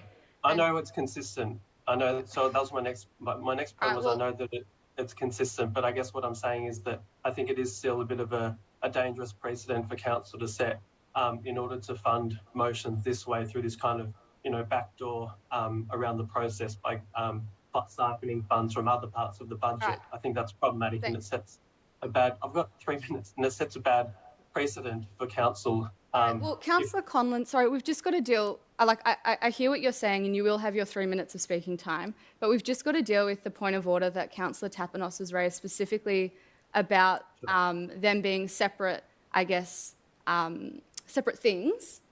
So I'm just going to get a response from governance just to make sure that that's been stated, and we can address that point of order and then go back to your comments as speaking in debate. So, Eve? Mayor, can I just get some clarity on the point of order? What was... So, Councillor Tapanos, could you please repeat that? Yeah, it was just clarifying that this is, as it's listed and written, not about the NOM, but an allocation of money from this report. Okay. And the debate should be consistent with the allocation of money, not the NOM. All right. Yeah. Eve. That's exactly Okay, right. Councillor Conlon, just hold on for a sec. Eve. Yep, thank you. I'll just confirm the two matters are separate. So this matter is intending to allocate existing budget to another purpose, not necessarily to fund a notice of motion. The notice of motion, as it appears in the council agenda, is to allocate $5,000 for in-kind support, things like printing and graphic design.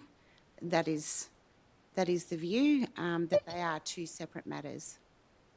Okay, thanks, Eve. We'll go back to Councillor Conlon to wrap up what he was saying, and then we'll continue with speakers in debate. Thank you. Yeah, so I totally understand that they technically are separate, but I think in practice there's obviously a linkage between the two things. Like they're funding the Yes campaign. So anyway, I'm continuing to debate this this point. I'm not talking about the merits of the NOM. I'm talking about the process by which we allocate money. So I am actually speaking to this item. So my point is that I think it's just sets a dangerous precedent for council laws to start allocating money in this way, because you can imagine if we start to do this on a regular basis where we have a NOM and we surpass the $5,000 mark, well, you know, maybe we'll start looking at other parts of the agenda and just pulling money out of there in order to get around that $5,000 rule. So I think it is a bit of a disingenuous way of achieving the outcome that is being sought here. Thanks, Councillor Conlon. I'll see if there are any other speakers on this item.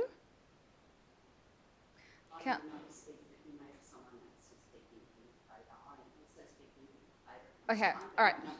Hold on for a sec. I did see Councillor Pavlidis' hand up first, so we'll go Councillor Pavlidis, Councillor Hart, and then we might put this to the vote.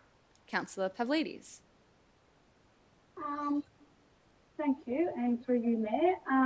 I also have concerns.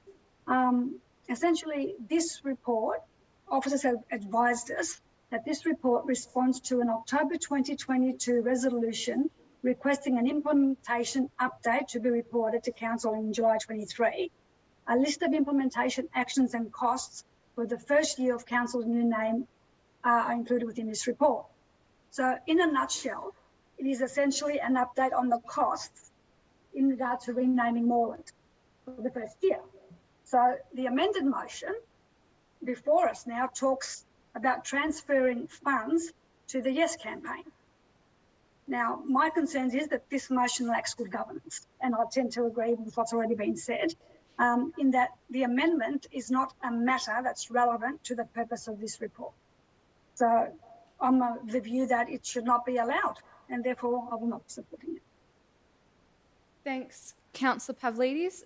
Councillor Hart, and then we might wrap it up and go back to Councillor Tapanos for his right of reply.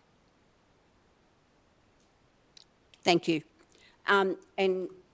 First of all, I actually want to acknowledge the report and say thank you to the officers. I remember when the report went through last year, requesting that we do get an outline of how the $250,000 would be spent each year, and it's really good to see that report before council, and also to have the predicted expenditure for the following year.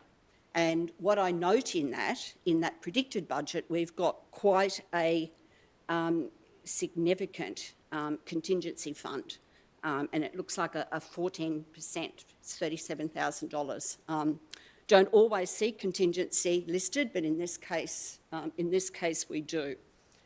I'm endorsing number one, but I am concerned about reallocating from that contingency fund without having any report on what the impact of that might be, Usually we would have a report from officers if we're looking, and there are times when we do reallocate, particularly when costs are blown out and we need to then be able to fund something by looking at where we've been able to make savings. So it is something we do.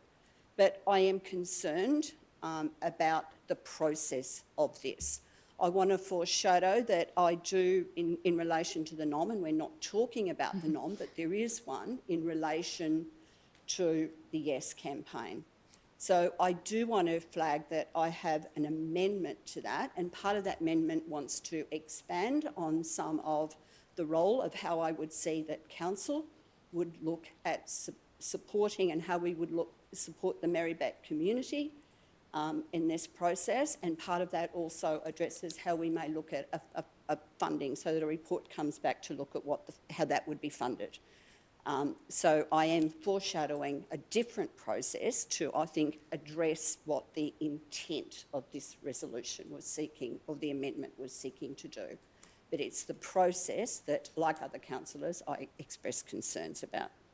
Thank you. Great. Thank you, Councillor Hart. If there are no other speakers, I'll go back to Councillor Tapanos for his right of reply.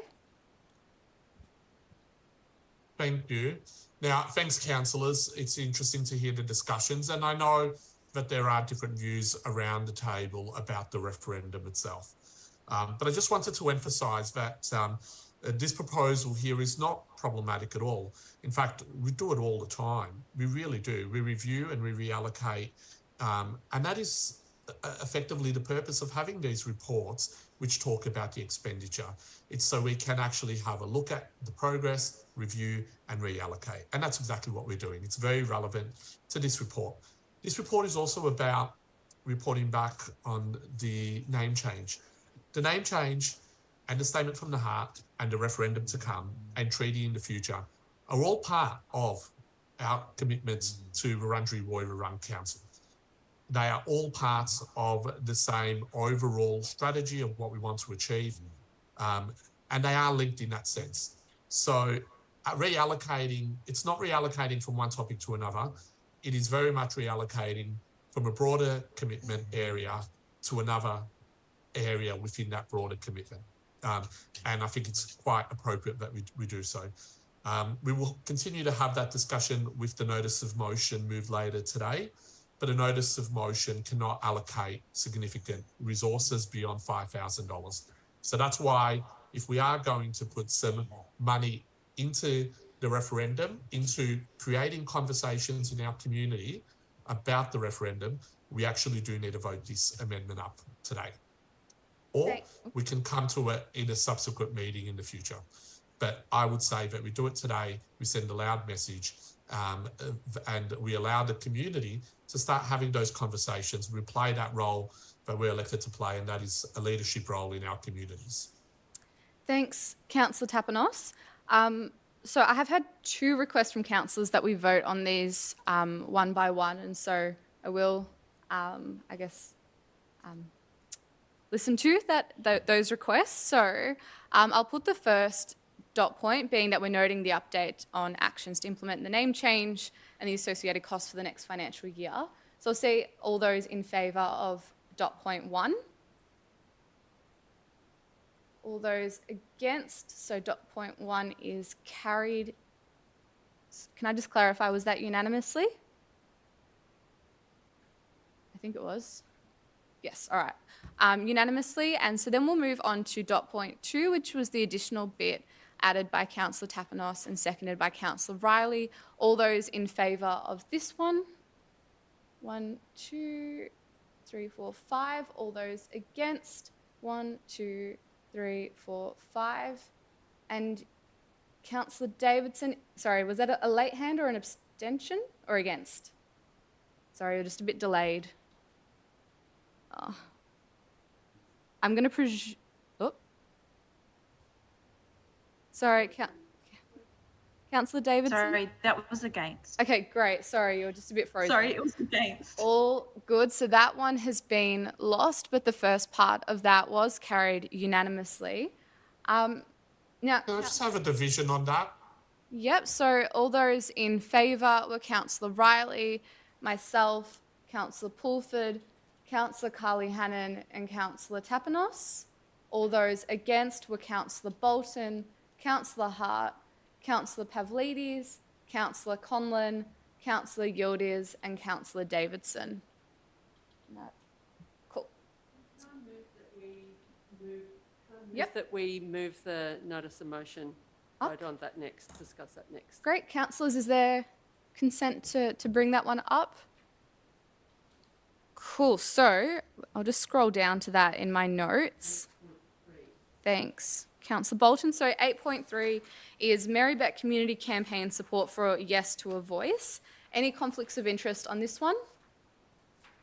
Nope. Okay, Councillor Riley, this was your notice of motion. I'll see if there's a seconder for this notice of motion.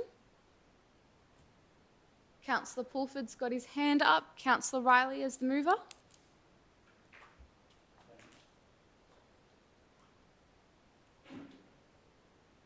Thanks, Mayor, and thanks, councillors, for the debate.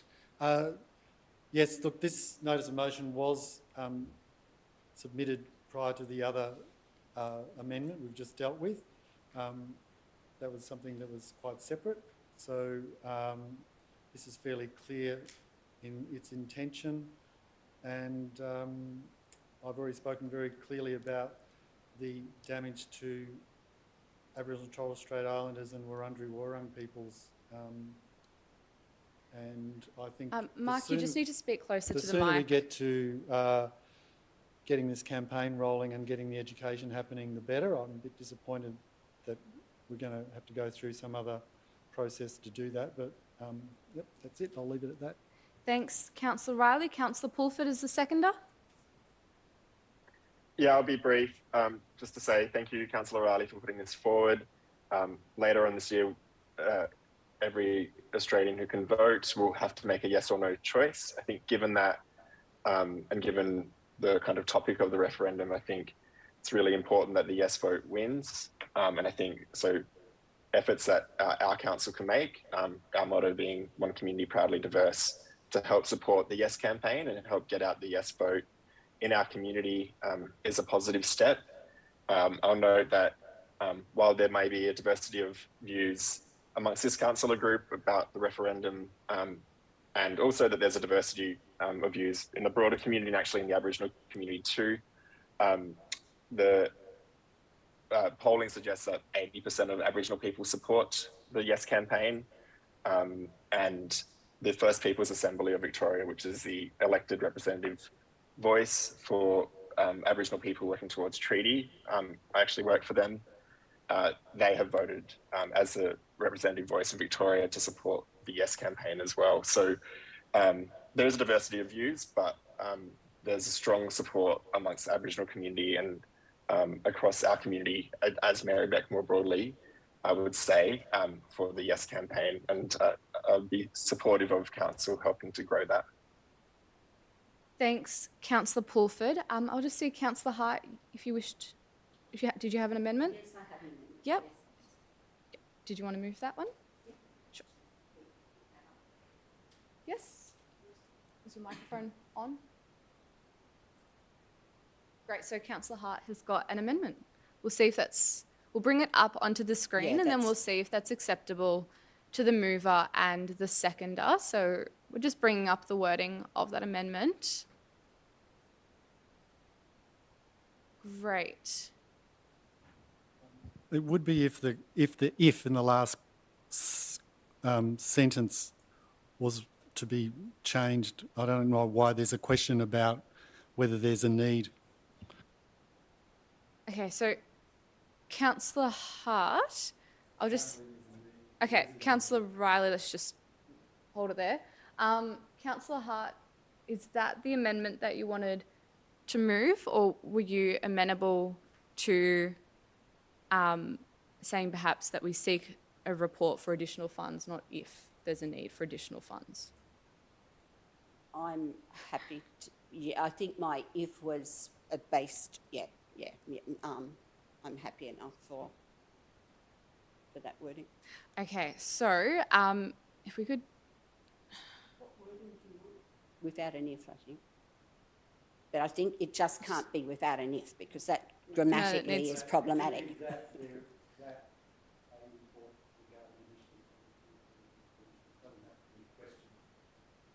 Is that okay?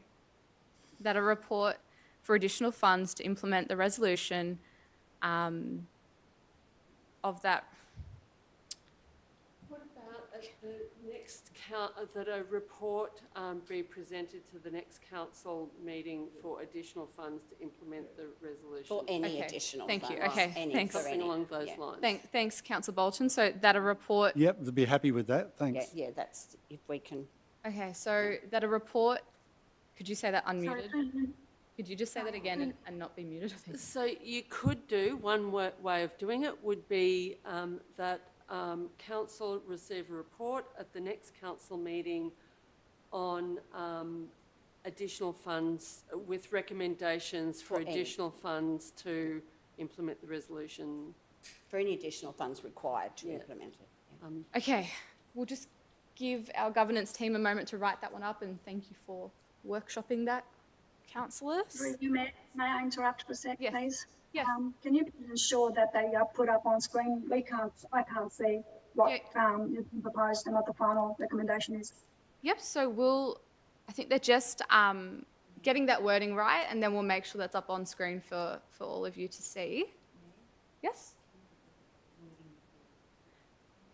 Sue, could you please say that again? That a report be received at the next council meeting with recommendations. For any additional. Yes. For any additional funding to implement the resolution. That may be required to implement the resolution. That may be required. Yep, that may be required to implement the resolution, and then cut off the rest of the sentence. Okay. Let's just get... Yep. Thanks everyone for bearing with us, and we'll just delete that bit that's highlighted. Oh. Yes, okay. And so that becomes part of Councillor Hart's amendment, and we'll just make sure that that is on the screen. Is it on the screen, councillors, online? Can you see some writing in blue? It was. It's off now. Okay. Let's give that a moment. Governance people, we'll just check that it's on the screen. Give it a moment.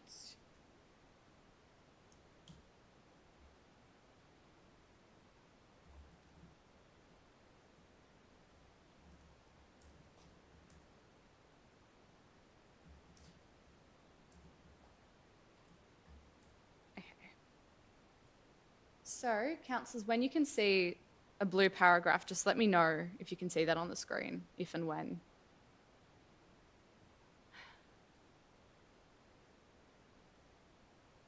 They're all frozen too. That's not good. Oh no, okay.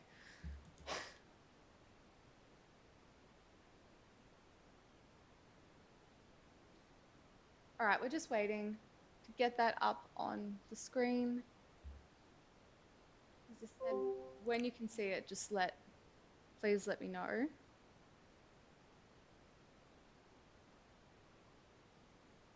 All right, whilst we're doing that, Councillor Riley, this is acceptable to you as the mover. All right, we just need to wait for Councillor Pulford firstly to be able to see it, because as he's the seconder. Okay, that's a thumbs up, so I'll presume that you can all see. Okay. No, sorry, we can't see it, but I was listening to how it was being done. Okay. All right, so Eve has said that it's on the screen. Is that right now? Okay, I've got a thumbs up from Councillor Conlon, so that is great. That has been incorporated, into the substantive of the motion. So I'll see now if we've got a speaker against the substantive motion. And if not, if we've got a speaker in favour of the substantive motion. Councillor Hart. Thank you. Thank you to Councillor Riley for bringing forward that motion to tonight's meeting, because it is an important one. I just really probably wanted to speak more to the amendment, because what I was looking at doing in that is, I think, fleshing out what I see and what differentiates the role of council in supporting the referendum, in supporting the community, and in supporting a yes campaign, is a role that doesn't replicate, I think, what will be done by the many activists and many groups who are campaigning around the yes. But as a council, I think one of the things that we do and we have access to is community, and we reach into the layers of community. And one of the most, I think, important parts of a campaign of the referendum is the notion of conversation and dialogue.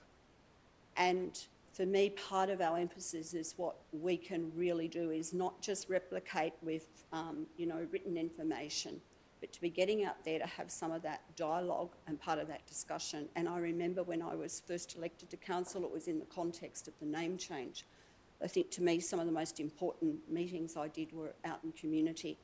And I remember doing one with 2 other Northwest councillors.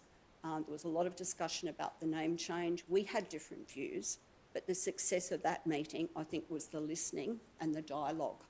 And I clearly remember that, and I certainly did meetings just newly out there with Councillor Bolton as well. And it was, I think, that dialogue which to me was really important. So the substance of that amendment is about that. And the reason I had the word if is because the original motion didn't contain, I think, some of that aspect of what I saw as an important role for council. And it would obviously look at some money to help fund that. So I think the right process is that we look in developing what our plan is, what we're going to sort of do specifically, and then how we would fund that, and then we can bring that back. I know there's the pressure of time, and I understand that's what may have fueled the other sort of mechanism. But I think this is a more transparent process that we should be engaging in. And thank you for starting that process. Thanks, Councillor Hart. Any other speakers on this item? Councillor Bolton and then Councillor Tapanos. Councillor Bolton. I speak in favour of the motion. Sorry. I speak in favour of the motion, but I'm probably more in the camp of a critical yes, because I wish the voice was something that was strong, and what's being proposed is probably one of the weakest proposals for a First Nations Advisory Committee. The old National Aboriginal Consultative Committee, which became the National Aboriginal Conference, and ATSEC were both elected bodies, and it's looking like this will possibly not be an elected body. And, you know, the other body, or at least ATSEC, had some power to implement programs and so forth, whereas the voice is something which governments can just ignore, which there was a risk of this council doing that to our local voice, as in our First Nations Advisory Committee towards the end of last year. So I think we actually need something way more than the voice, because the voice doesn't really guarantee enough, and the federal government has not made a definite commitment about treaty and truth-telling, and then that's what we really need if the government is going to indicate something absolutely definite.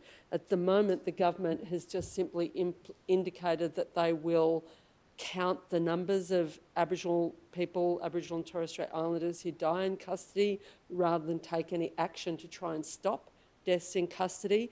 And I think really if we need to do a lot more than just debate yes or no to the voice.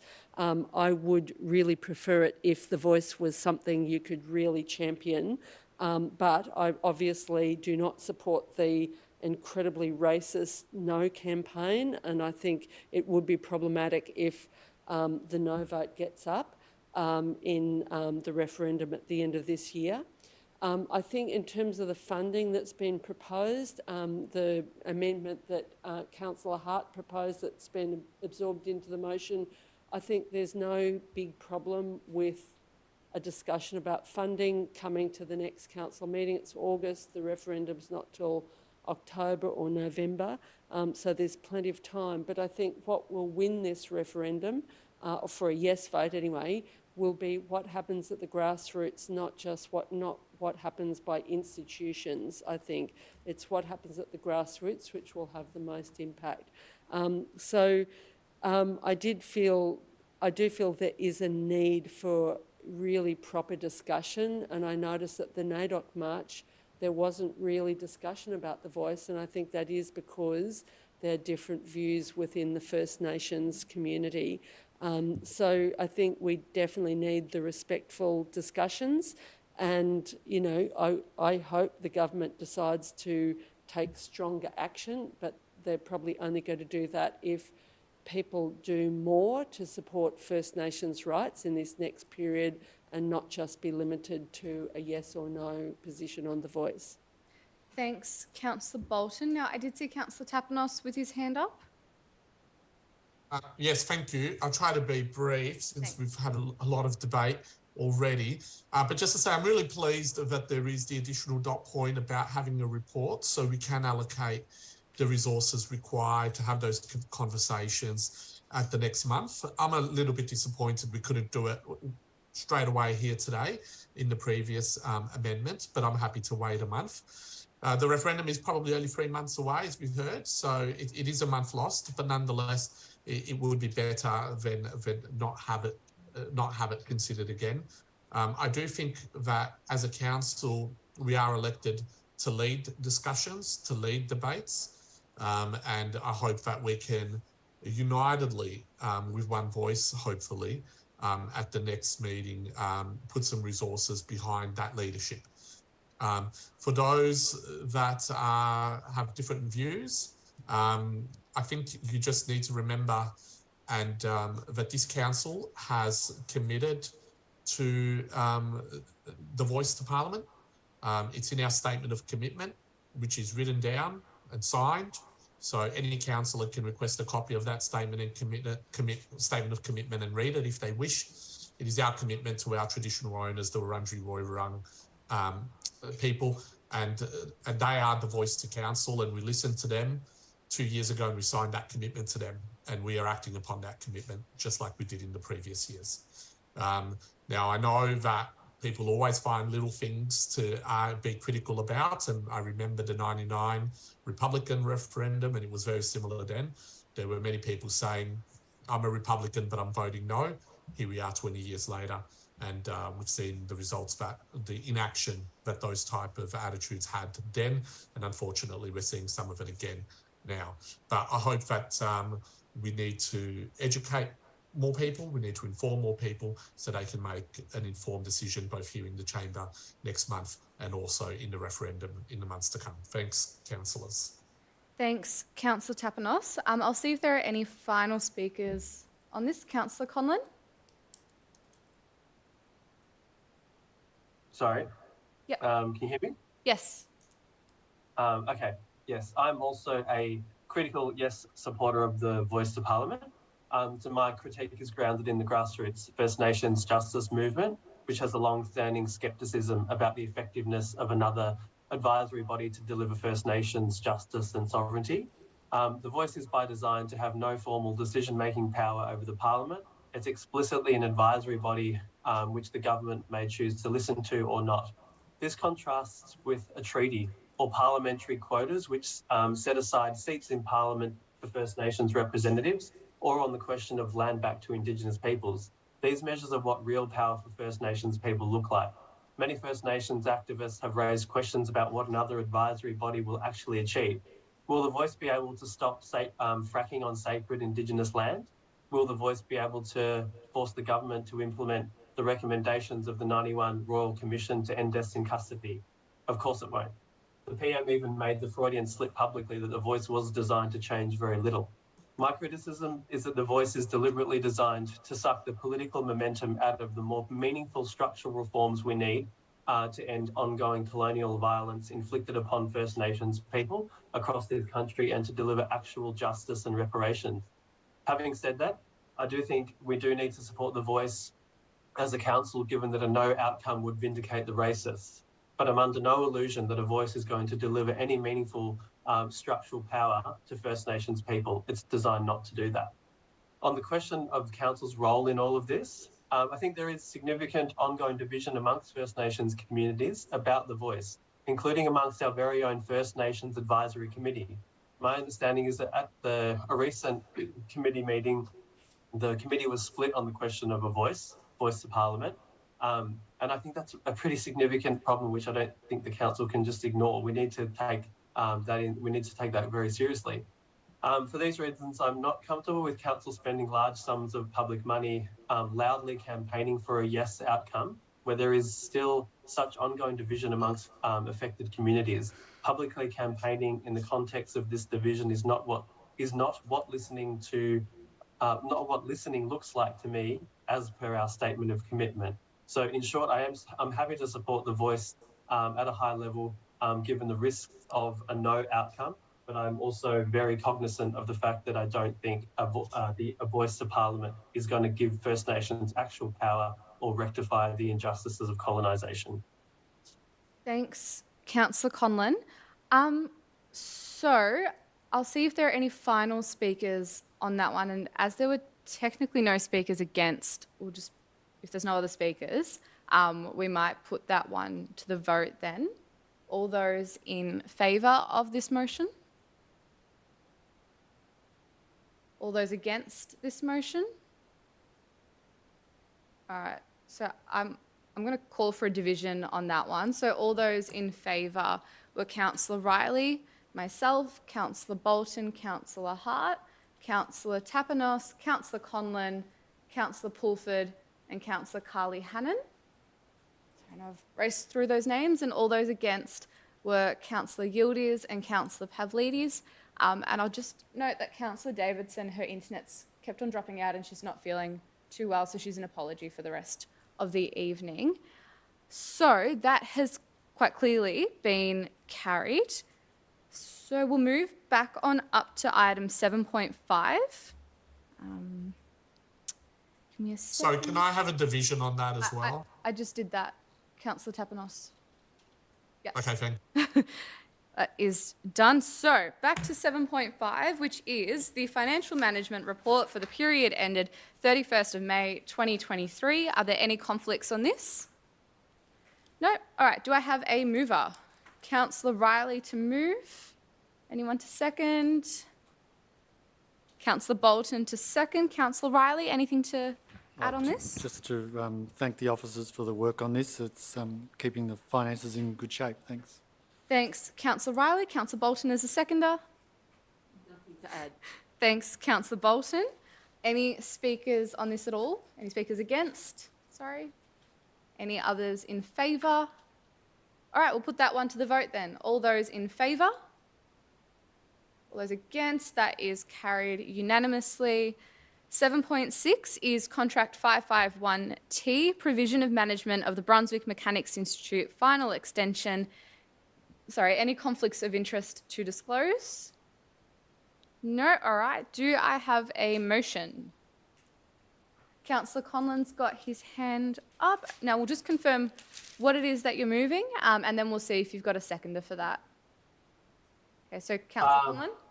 Yeah, I'm happy to move the officer recommendation with an amendment that I've circulated earlier, which I can explain if you want.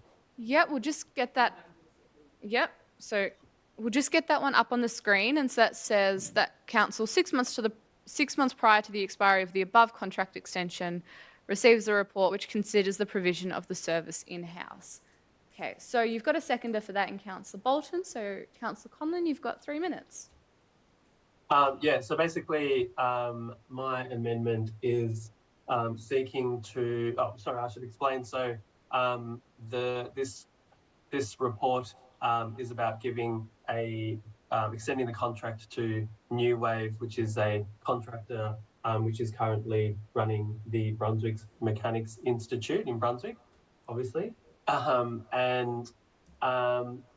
Yeah, so that's for another 12 months. And I've had a lot of correspondence from local artists in the community, like very up and coming emerging artists, not necessarily well-established artists. So they don't have any much access to resources or spaces, and they really find it difficult to access public, low-cost or free space in Moreland. And they have had things to say about the current contractor and criticisms. And it's not necessarily just about that contractor, but about the general concept of a third party providing this service. So I think I'm interested in council exploring bringing this service back in-house so that we can actually run this service ourselves and not contract it out to a third party.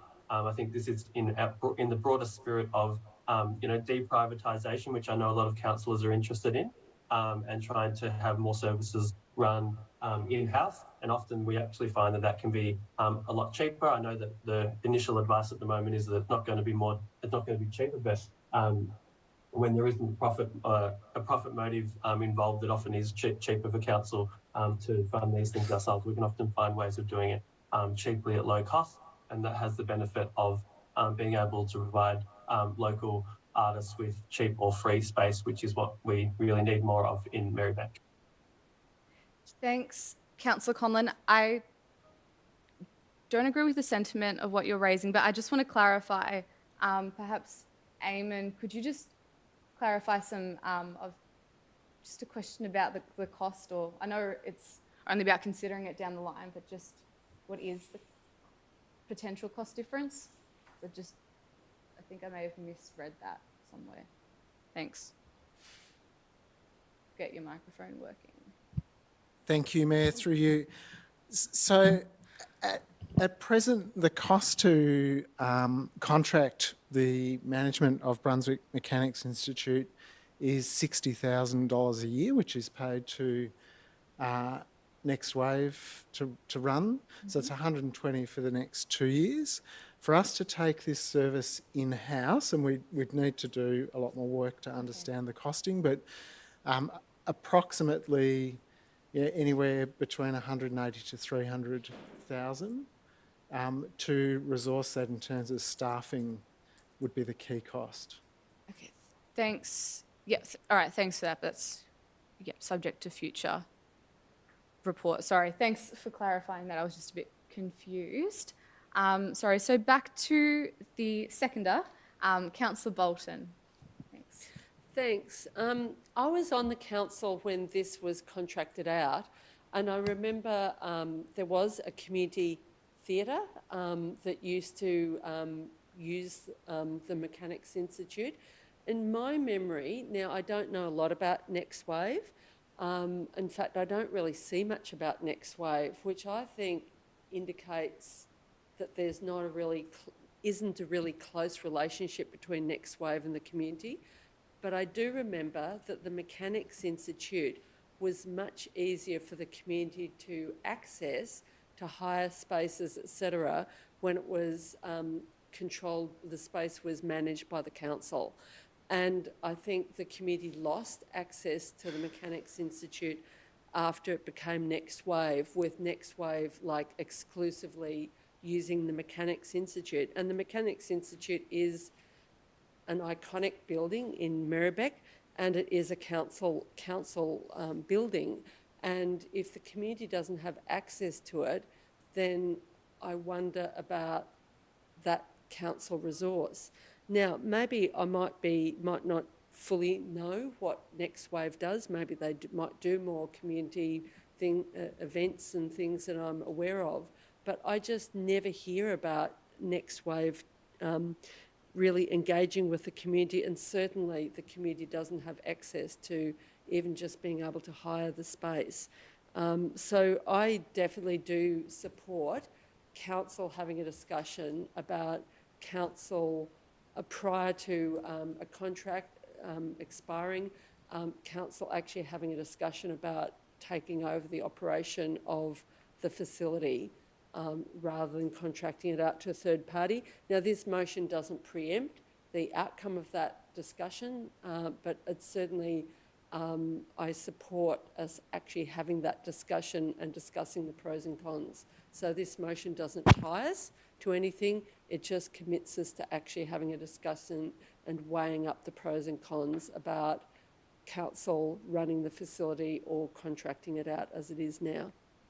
Thanks, Councillor Bolton. Are there any speakers against this item? Against? Look, yeah. Yep, Councillor Yildiz. And yeah, look, my main reason is even to discuss this, and I know that officers are going to now prepare a report, most likely not for the next council meeting, but the one after.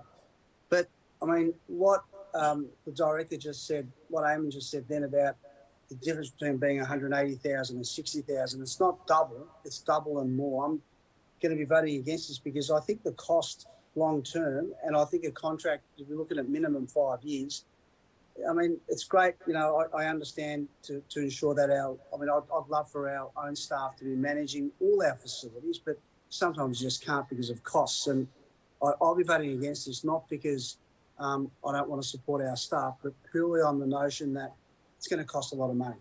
And even to them now waste officer time, yet again, is another cost to come up with a comprehensive report about this.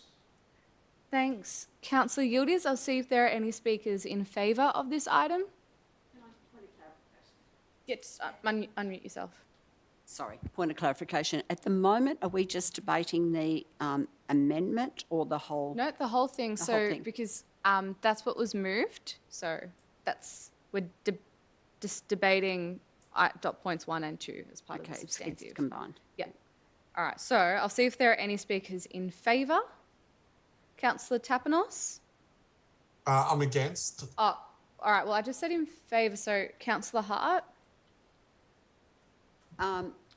Yeah, I want to speak in favour of that because I don't want to prejudice an outcome, and I think the key issue here is it's not really about next wave. It's about how do we access, or the issues around the space of Brunswick Mechanic, the Brunswick, the Mechanics Institute, and I think that part of the theme of that is that because of the contract around a private provider, it has changed some of that relationship with community, and I think that's the key thing. So to my mind, by going ahead with a report that actually helps us look at that is very valuable, because, you know, there's different ways. It may not be that it goes back to council, it may be that contractors got a way to address in a different way, access to the community. There may be different ways that can be addressed. So I think the critical issue here that's raised as part of that is trying to address where the community feels there's not an access to, which was once a really strong part of, I mean, all of us for many years, I think, been going to events there. And I know some of that has changed, but that's I don't think we're making this about next wave. I think it's a broader concept, and that's why I would like to see that point 2 stay in, because it allows that discussion. And that really is a discussion on behalf of, you know, we've already had talk about the art strategy today, and that's about access to space. So it's a really important consideration.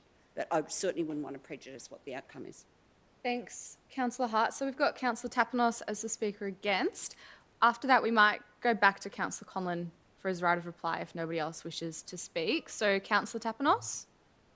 Thanks, councillors and Mayor. Look, just from a process perspective as well, since it's been spoken about a lot tonight, this is a report about a contract extension to 2025. So really, we should be talking about whether we want to grant that extension, and I think all of us do. I don't think we need to be meddling the waters by putting in an additional dot point about something that may happen after 2025. Let's see out the end of this contract. Personally, I've heard that Next Wave do a great job, and I know them, and I've been to things there, and they have a very active community. Now, some other councillors may be less involved and not have that view, but that is a subjective matter as to whether they're connected to community, because I see the work that they do. Probably I represent that ward that Mechanics is located. Maybe I see it more than others. But this is about extending their contract to the 2 years, as was part of the original plan, I guess, they had an option to extend. It's not about future options. We can deal with that. A new council will deal with that in 2025. Let's not support a decision tonight, or even open up the discussion tonight about whether we bring it in-house or not. Let's have the proper process of including this contract, reviewing this contract, reviewing the processes, determining as a council and community the objectives that we want to see, and putting it out either to tender or whether having an internal process, an internal bid. I mean, let the next council do that after 2025. Why are we making this decision today? Why are we adding this last minute dot point to a report which is about a current contract?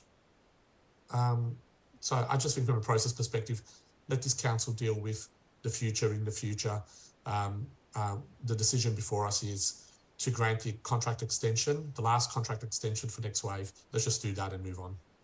Thanks, Councillor Tapanos. We'll go back to Councillor. So some foreshadowing the officer's recommendation. I was going to say, hold on, because after Councillor Conlon gives his right of reply, I might just move that we vote on each dot point separately, just having heard what people have been saying in this debate. So, Councillor Conlon, for your right of reply. Yes.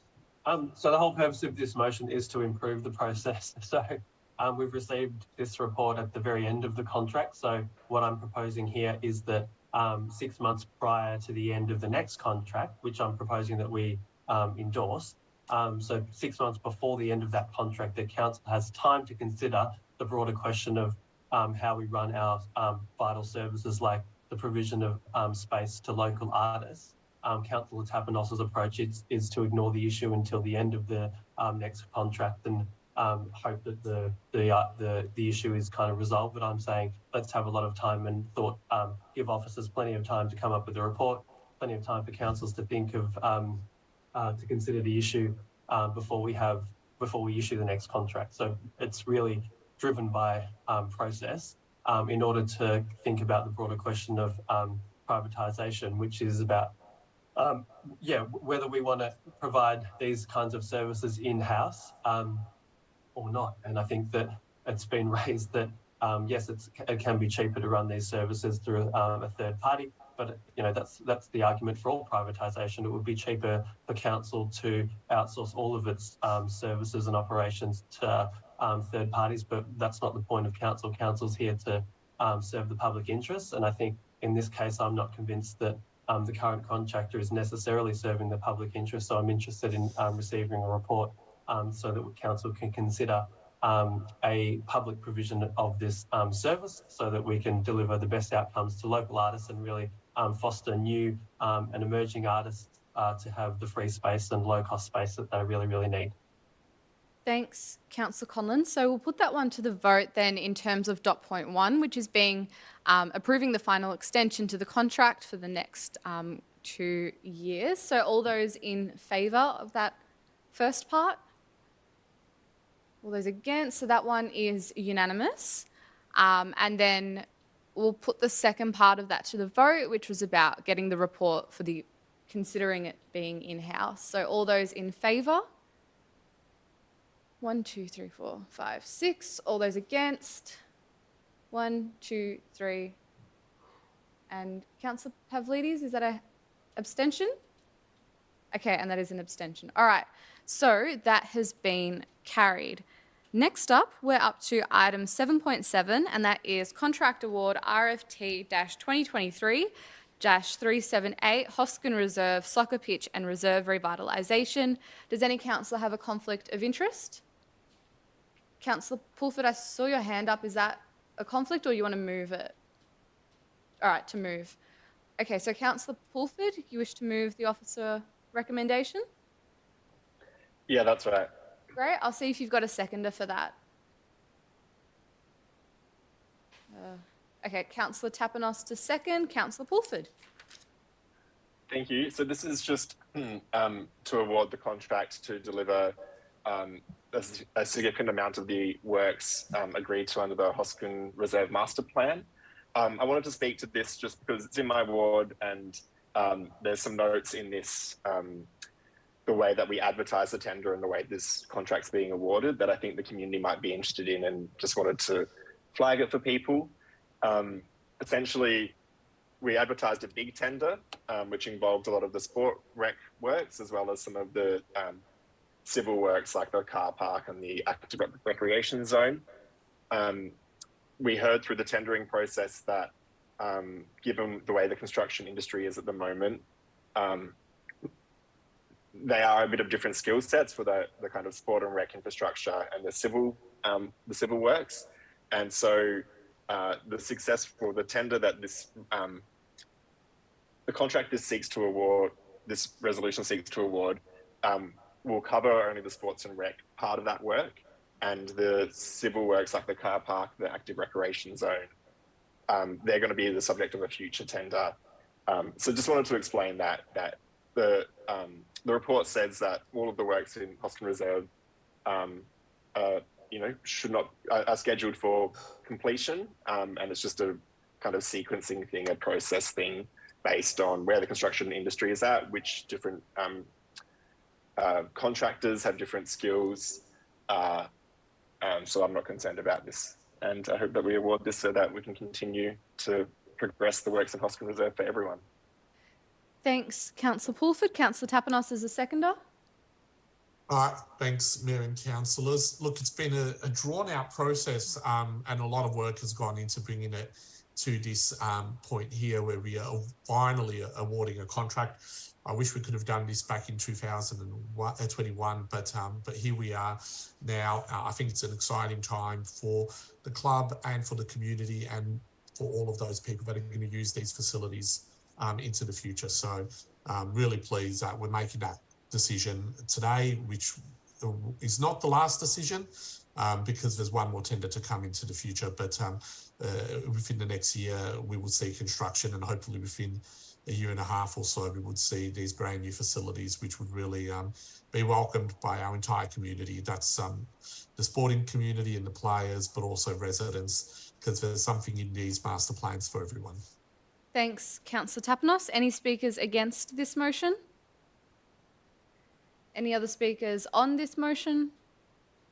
No, we'll put that one to the vote then. All those in favour? All those against? That's carried unanimously. Next is 7.8, Contract Award RFT-2023-409, Oak Park and Derby Street Kindergarten Expansion and Improvements Project. Any conflicts of interest on that one? No? All right. Do I have a mover?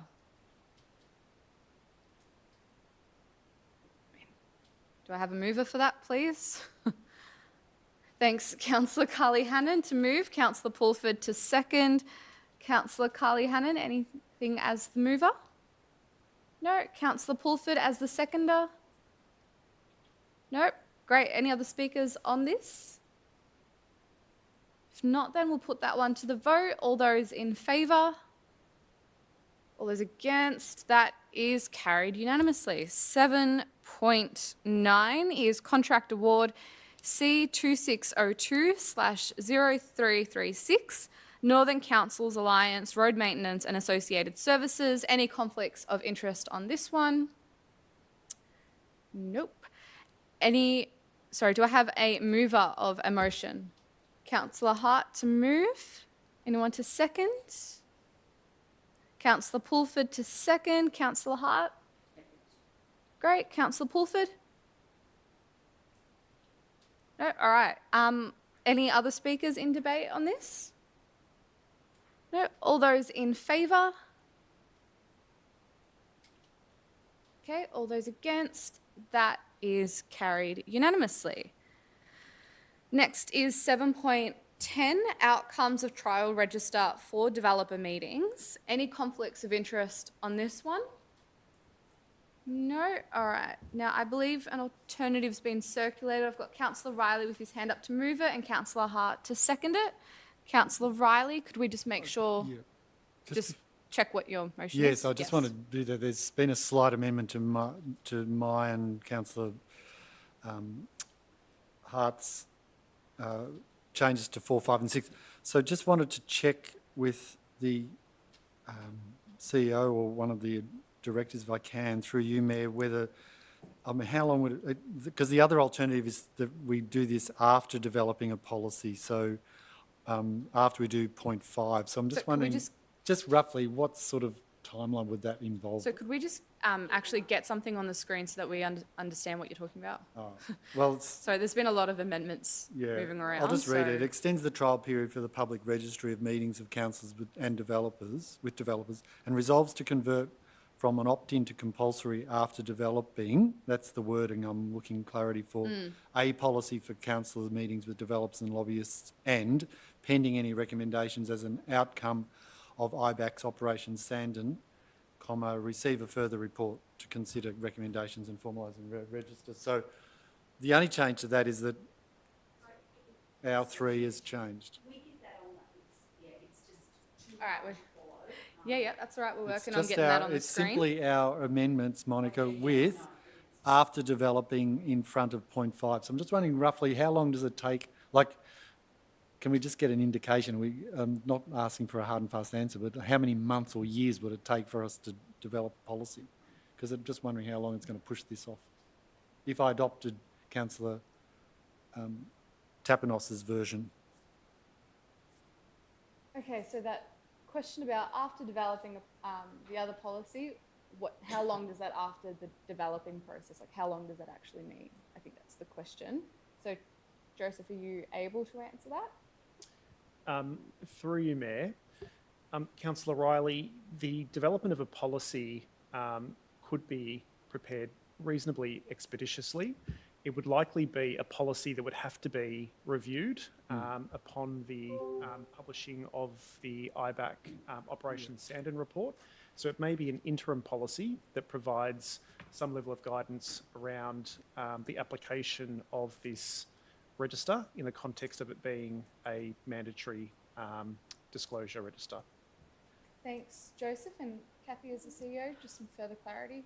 Yeah, through you, Mayor, just the wording of Part 5 as currently written, I think says that the development of the policy would be pending recommendations of IBAC's Operation Sandon. Now, the Operation Sandon report might come out this month, it might come out in 3 months, it might come out in 9 months. So I think as currently worded, the policy would be finalised after that, as currently worded. Yeah. So it says receive a further report after those recommendations. So I'm sort of going for Joseph's suggestion, do a policy. Otherwise, I wouldn't want to be having the after developing business. Okay, so could we just perhaps what you and Councillor Hart had originally worked on, is that a motion? Yeah, look, I'm just going to, I'll think. I was going to say that, that wording and just to endorse what the CEO, that's my concern, is that I think there was a chronological order in what had been established with the dot points. I can understand what Councillor Tapanos So let's. do, that I think that the notion of the pending in there changes some of the original context. All right, let's get back to the motion. Can you please go back to what you and... We'll go with Monica Hart's first version. Thanks for bearing with us while we deal with multiple amendments. So Councillor Riley and Councillor Hart had originally worked on some dot points, which we will bring onto the screen and is an alternative motion. And then so Councillor Riley, you can speak to that, and then Councillor Hart. Thank you. Look, I want to thank the officers for their report. I know they were suggesting that, well, the officer recommendation was to actually discontinue this, but I think in the interest of transparency and just good governance, I know the state government doesn't quite set the standard on this, and so we're kind of out of kilter with them. Often local governments fall in line, but I think we should be trying to go one better on this, and I just think it's a good practice. It's not difficult. If we get the system set up, I wouldn't have thought there are many forms that we fill in, and we do that for gifts, registers and so on, and I would have thought this is about as onerous. It just means regularly having to update that when you're dealing with developers and lobbyists. So I think it's just good practice. Thanks. Thanks, Councillor Riley. Councillor Hart as the seconder. Just to reinforce just to reinforce those points, and I think it occurred to me, I actually, as a new councillor, I did not know that we had a voluntary register, and I think that's why this occurred to me, the importance of having around a policy and a compulsory framework. And I also had and I hadn't registered, where a developer had been in contact, and I was left with a bit of a conundrum, sort of a what to do conundrum.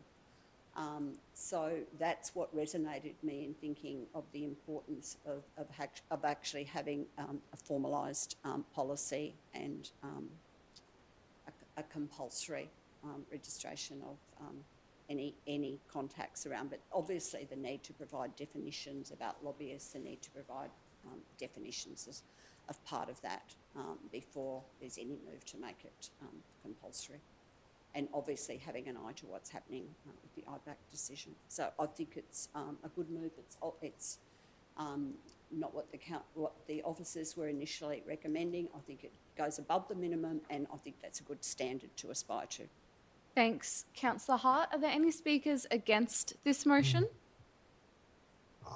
I have a question. Sure. Just because it's really difficult to read it on the small screen and Zoom at home. Yes. But just to confirm that, so this doesn't seek to make the compulsory nature of the register until the policy is developed and we have definitions. Hang on. So I'll just read the dot points. So dot point 4 says extends the trial period for the public registry of meetings of councillors with developers and resolve to convert from opt-in to compulsory.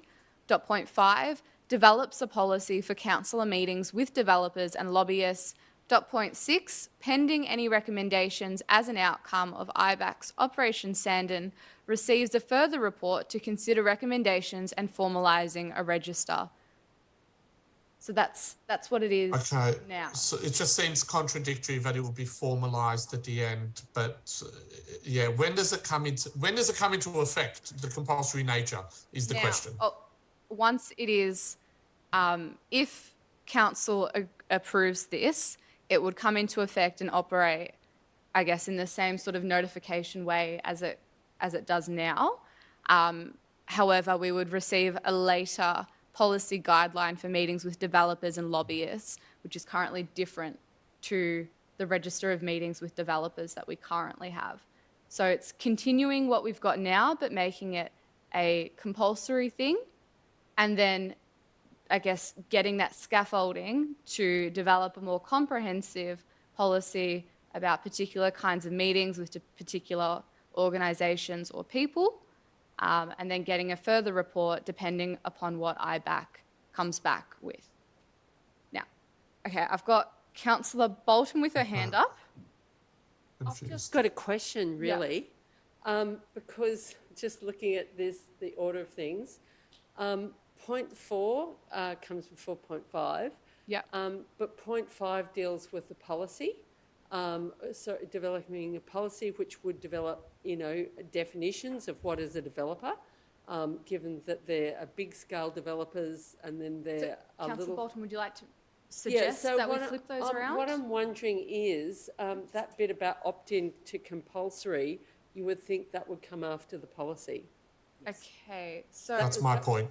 Okay, yeah. So and maybe you could say develop a policy for councillor meetings with developers and lobbyists before or prior to converting to opt-in to compulsory or something like that.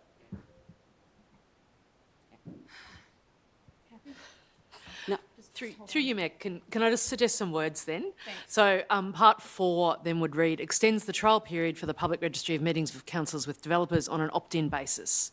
Part 5 would be develops a policy for councillor meetings with developers and lobbyists, which would include compulsory requirement to participate in the register. And then 6 stays as is. Okay, that's acceptable to the mover. Is that acceptable to the seconder? I think so. I missed it. Okay.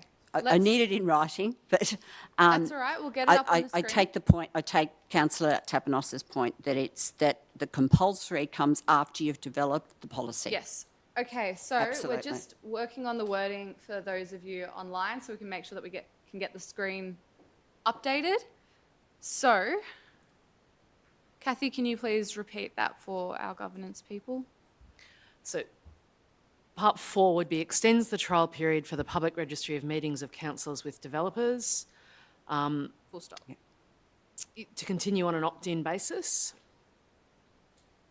Yep.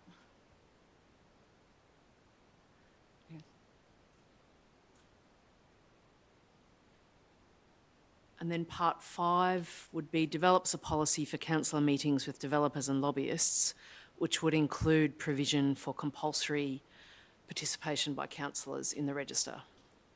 Okay. I see councillors nodding their heads, and I will yep, that's acceptable to the mover and the seconder, and they have both spoken to the substantive, so I'll just see if there is a speaker against this motion. Yep. Is there another speaker? Yeah, all right, so I hope they will just finish writing the sentence, but I'll just see if there is a speaker in favour of this motion. Amendment. Oh, sorry. No, it's part of the substantive. Oh, it's... Yeah. So is there any other speakers in debate at all on this alternative motion? No? All right. Great. So we will put that one to the vote then. All those in favour of this motion? All those against? Great, that is carried unanimously. Thanks, councillors. Next up is item 7.11, which is the Chief Executive Officer Employment and Remuneration Matters Policy and associated terms of reference. Now we'll just note, Kathy, that you declared a perceived conflict. Thank you, Mayor. Yes, I'm not a councillor, as we all know, but I will be leaving the room for this item. Of course, this matter affects my employment. It's the CEO Employment and Remuneration Policy. It's not a conflict of interest under the technical provisions of the various frameworks, but in order to just provide a level of comfort to people, I'll declare a perceived conflict of interest, a material conflict of interest in that case. Thank you. Thanks, Kathy. Have you hop out into the room? Thank you. And Sue, if you're able to hop on over, that would be great. So I see Councillor Riley's got his hand up to move a motion, and I'll just confirm which motion that is. Yeah, that's the alternative that Director Sue Vucevic circulated to all councillors on Monday, which is essentially point 1 and 2 with an additional point at the end of point 2, which I'll read out for those who are following online. Yep.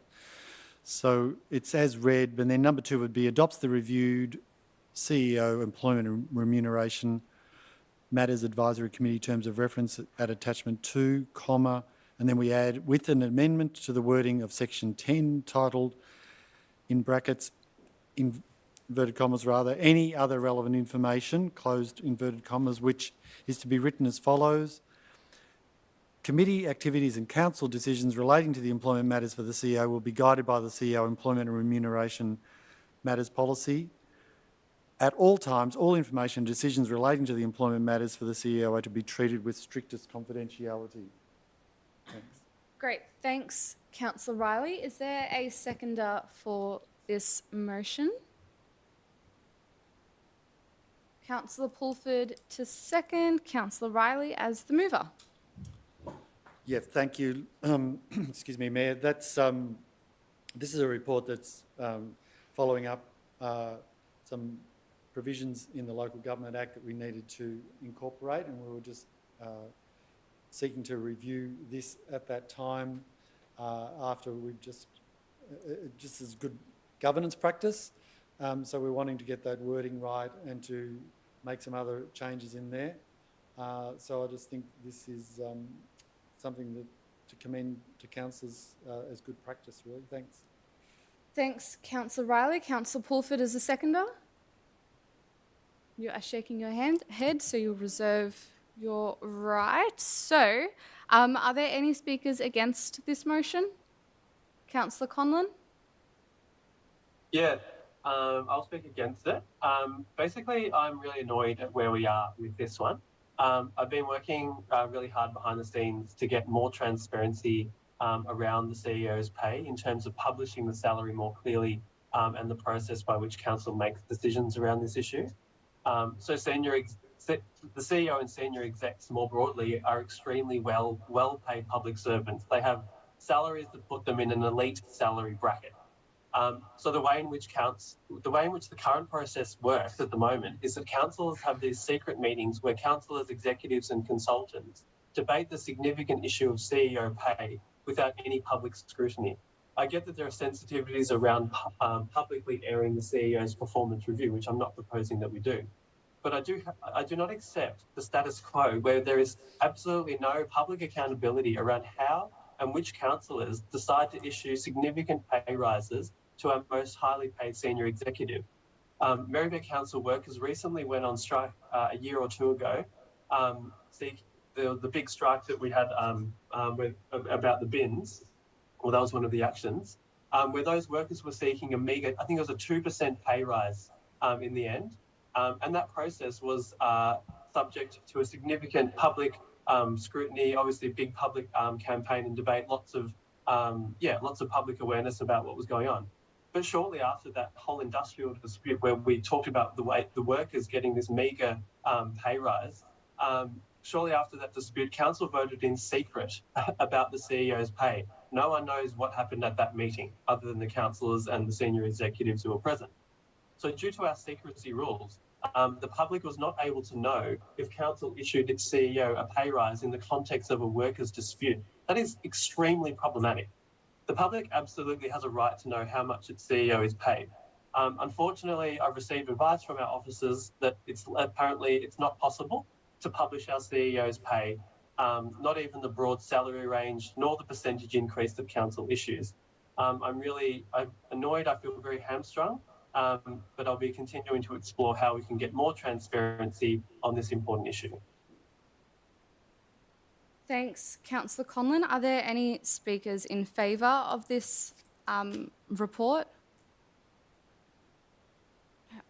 I'd just like to say a few words in favour of this, and I guess to respond to what was said against this report.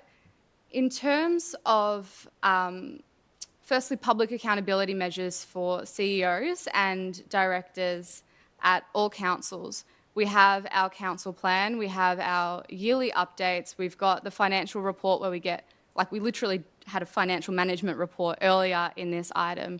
We are constantly receiving feedback on where we are up to with different action plans and policies and strategies.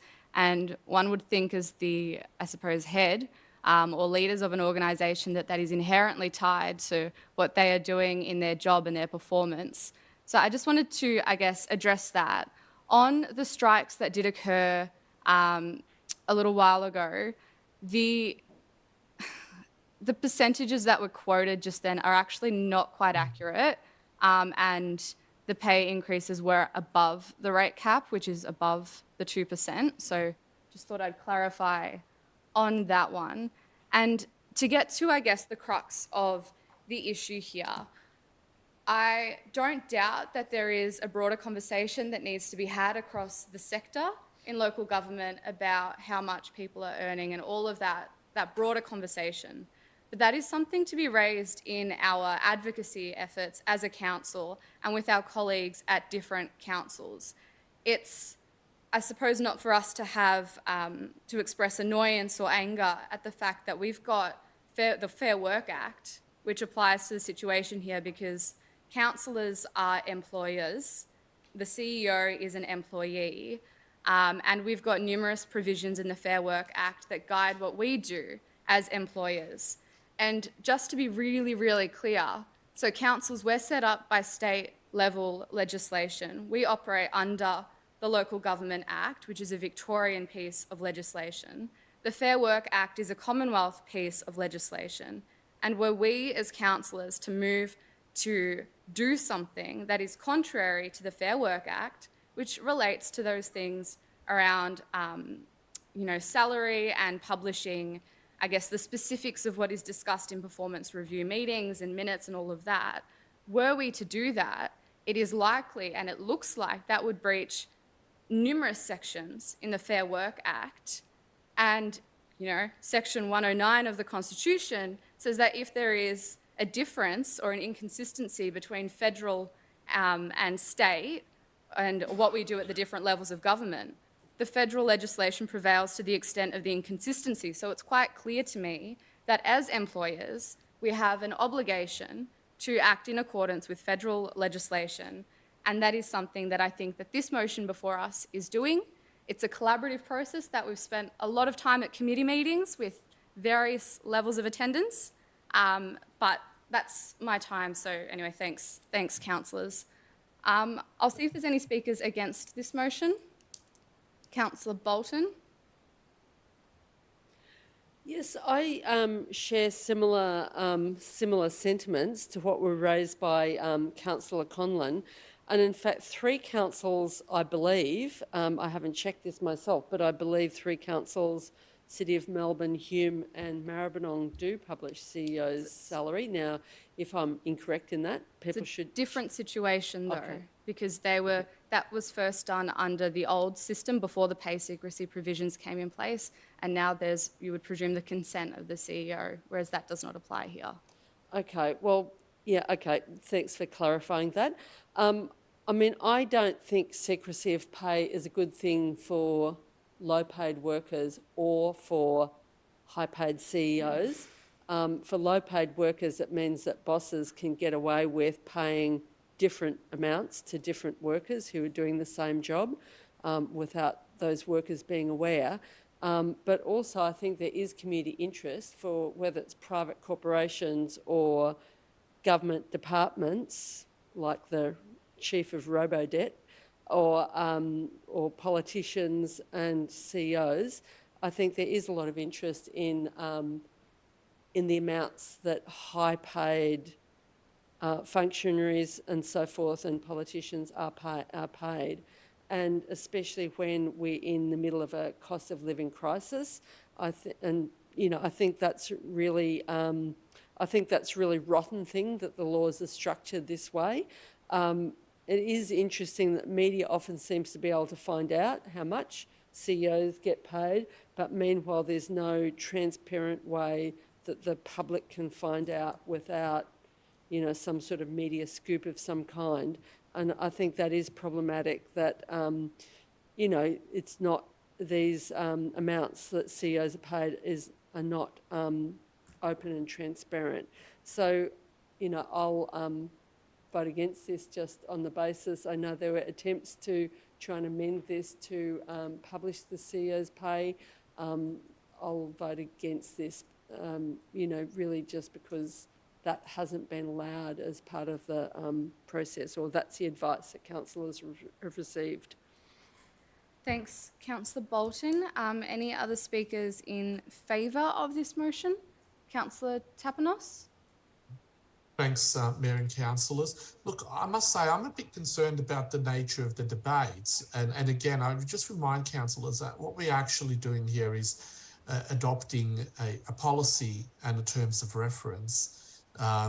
So I don't know how we got into these discussions about CEO pays, workers' pays. I don't know where all of that debate came from. But I must say, in speaking to the motion before us, which is the adoption of the remuneration matters policy and the terms of reference, that these documents are guided by the Local Government Act in Victoria. Of course, they're subject to all of Australian Commonwealth law, as the Mayor eloquently pointed out, and they comply and conform with those laws and should be adopted. And I really don't understand where the nature of the debate has come from, and I'm a bit disturbed by it, to be honest. And I will ask my fellow councillors to be a little bit more cautious when debating matters like these ones, because we do have extensive legal provisions that we need to abide by. And I just feel uncomfortable with the way that this debate's been going. To be honest, we should focus it on the items before us, and that is the adoption of the term of reference and the adoption of the policy. Both of those conform with the Local Government Act. They are pretty much small changes to common practice across the sector and should be adopted. And that should be the end of the discussion, in my view. But I just don't know where other councillors have come from, and I think that we ought to have a discussion about some of their concerns that they have separate to this policy and this decision tonight. And the best place to actually air those concerns is for them to actually show up to the policy committee and do that, and as I know they did, and that's where that information should be expressed, not grandstanding in the chamber. Thanks. Thanks, Councillor Tapanos. I'll just move. Oh, Councillor Riley, do you wish to exercise a right of reply? No? Okay, great. So we'll move to put that one to the vote then. So all those in favour of approving the new, the updated terms of reference and the new updated policy? 1, 2, 3. So 1, 2, 3, 4, 5. All those against? 1, 2, 3. And Councillor Pavlidis, was that an abstention? Sorry, through you, Mayor, I'm actually quite confused because that's the, if I'm reading the correct email that came through, that's already in as item 10 on the terms of reference. So I'm confused as to... So I've already had the vote. Sorry, Councillor Pavlidis, we've already had the vote on that one, on the motion that's on the screen. So, look, yeah, all right, I'm just going to call for a division on that one. So all those in favour were Councillor Riley, myself, Councillor Tapanos, Councillor Pulford and Councillor Yildiz. All those against were Councillor Bolton, Councillor Conlon, Councillor Pavlidis, Councillor Hart, and Councillor Hart is an abstention. Okay, so that is carried. Yes, yes it is. 1, 2, 3. Okay, thanks, councillors. So next is 7.12. Oh, sorry, actually we should bring Kathy back in as we've moved on from this item. Thanks.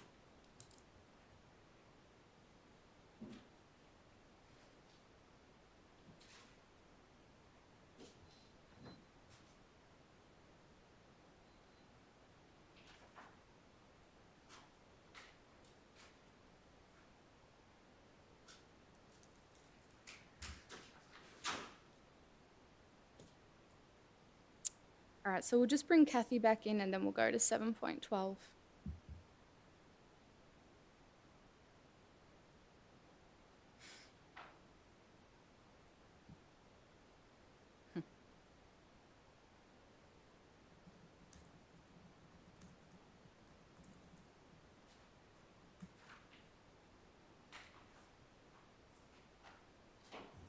Thanks, Kathy. So now we're up to 7.12, which is the Open Council Resolutions Report.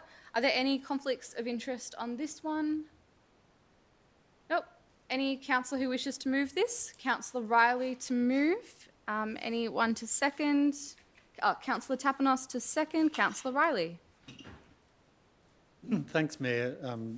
Yeah, look, I just want to speak in favour of the sort of transparency and the openness of this. This is just helping people to see the extent of work that we've undertaken since December 2020 when we formed as a new, or November 2020 when we formed as a new council.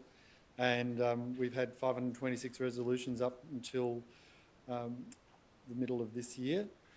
And we've still got about 53 open resolutions, but it's a good opportunity for people to review what we're doing and how we're going and which items we still need to work on. So, yeah, it's just a very useful tool to keep us honest and hold us to account. Thanks. Thanks, Councillor Riley. Councillor Tapanos is the seconder. Can I just thank the staff who've worked on putting this together. It's the first time we're having this report, and also thank Councillor Pavlidis as well, who's requested this on numerous occasions. It's actually a really informative document to actually see how we're progressing as a council in the resolutions, in acting upon the resolutions, and just making sure that nothing is forgotten. So I think it's a welcome addition to our processes and our accountability and the way we review how decisions are implemented and keep track of how they're implemented. So I really look forward to seeing this on a quarterly basis. So thank you to everyone who was involved in putting it together, and to Councillor Pavlidis who came up with the idea for it. Thanks, Councillor Tapanos. Any speakers against this item? Any speakers in favour of this item? Councillor Hart? Yeah, I just also want to take the opportunity because I recognise that the wealth of work that had gone into putting that together. Look, ditto in terms of putting that resolution forward. It's just, I think, a fantastic tool. It's a great asset to have it. It's not just about accountability. It's just a good way. Likewise, I look forward to that every quarter. Yeah. Fantastic. Thanks, Councillor Hart. Any other speakers on this?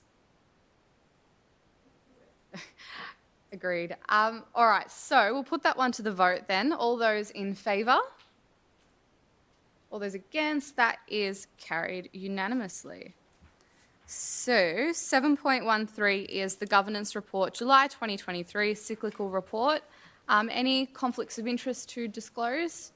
Councillor Pulford, you've got your hand up. Is that for a conflict or to move the thing? To move it? Yep, okay, great. To move it. Thanks, Councillor Pulford, to move. Do we have a seconder? Councillor Yildiz to second. Councillor Pulford is the mover. As the title suggests, this is our governance report. It comes up each meeting and it includes a range of different things. It's just a way of making a bunch of different decisions efficiently.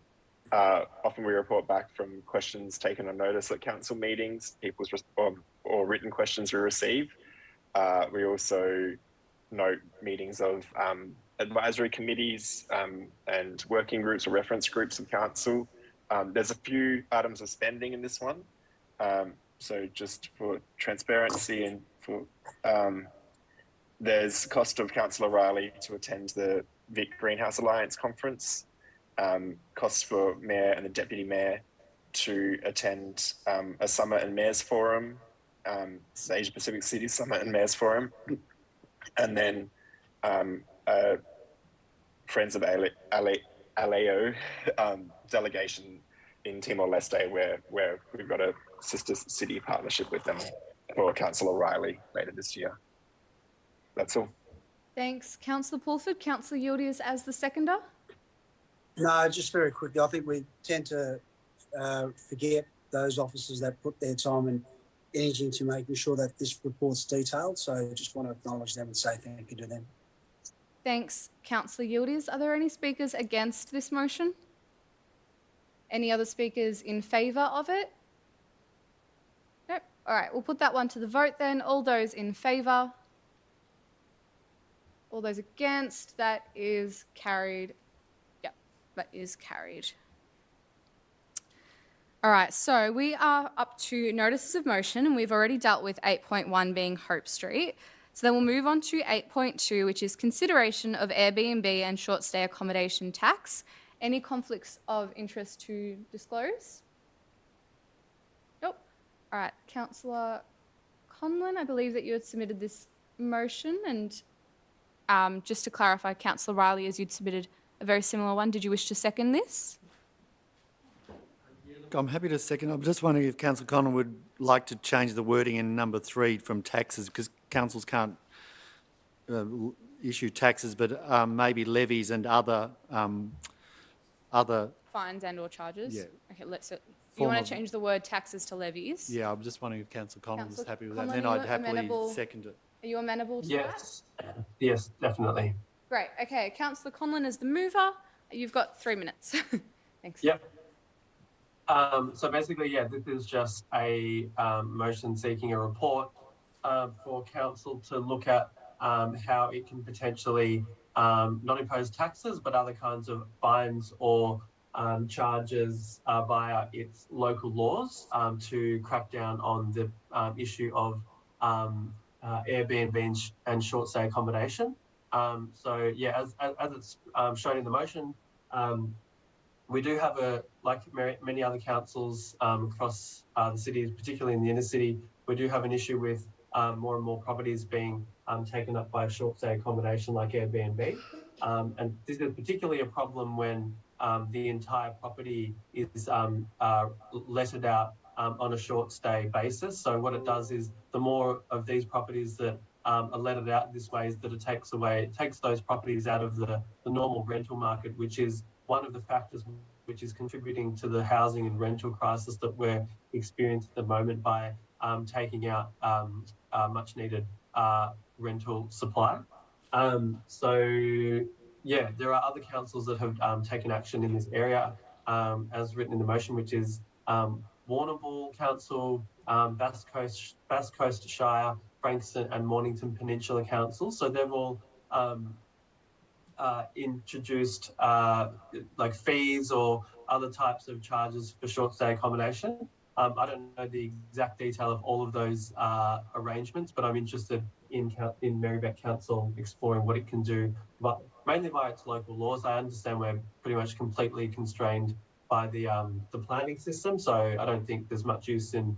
Actually, I don't know yet, but I'm pretty sure there's not a lot of not much we can do via the planning system. But I think there might be a lot of opportunity via local laws, given that other councils have already tried or have actually implemented something similar. So yeah, hopefully I'm keen for council to support this because it could be a fairly significant way that council could contribute positively to addressing some of the causes of the current housing crisis. Thanks, Councillor Conlon. Councillor Riley as the seconder. Thank you, Mayor, and thanks, Councillor Conlon, for leading with this. Yeah, look, I just need to add that I guess the levers are there for some councils to take measures. Really, it's about the cost benefit for this for us as a city if we were to do that, because you know, we are talking about the rental crisis that's across the country now, and all of the pressures that are on people to be able to afford their rents, but also people to be able to afford repayments when they're buying their properties. So it all combines really. But this is just really focusing on those short stay types of accommodation to actually see what we might be able to do to ensure that as much stock is going out onto the rental market. And while I'm very happy to have people visiting us, we need to kind of get a happy balance between that. And so this is an important thing to measure up, because it's not a bad thing that's happening, but if it means people can't afford to live and work close to where they live, then it is a really important thing. And that's certainly something that we're hearing and seeing right across our nation at the moment, and also in our city.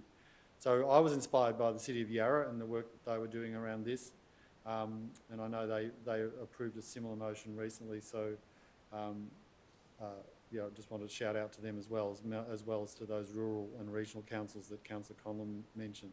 So I just think it's very prudent of us to do this work, try and work out what levers we have and how we can best exercise those to make sure that we're addressing both needs, rental needs, but also tourism and so on in our city as well. So it's just important that we get a report about it. So thanks. Thank you. Thanks, Councillor Riley. Are there any speakers against this motion? Councillor Tapanos? Not against, but in critical support. Okay, then go ahead. If I can use a term from earlier on. But yeah, look, I'm really happy to receive a report to see what we can do. And I'm really grateful for Councillor Conlon and Councillor Riley sort of outlining the objectives there of trying to ensure that we're adding to housing supply and not having too much of the rental market go to short-term stays. I'm just struggling to sort of understand the examples given by some of those councils that have already implemented a fee. If you have a look at the councils that were named, their councils, their coastal councils predominantly that get a lot of tourism and have a lot of Airbnbs. And my understanding is the objective of those councils were to add an additional fee so council can recoup some money that it spends on managing the extra tourism that occurs in those areas. So it's not, we're not comparing apples with apples here. That's not the objective from what I'm hearing. So I think they're not the greatest examples. If the objective is to, as I'm hearing, is to encourage people to have long-term rentals as opposed to short-term rentals, I think it actually needs an advocacy piece to the state government, and that's where the reforms are going to achieve that objective. Let's be honest, if we were to put a $100 fee on an Airbnb, that is not going to discourage the Airbnb owner from putting a short-term lease. It's not going to meet the objective. It's just simple as that. It's not the mechanism.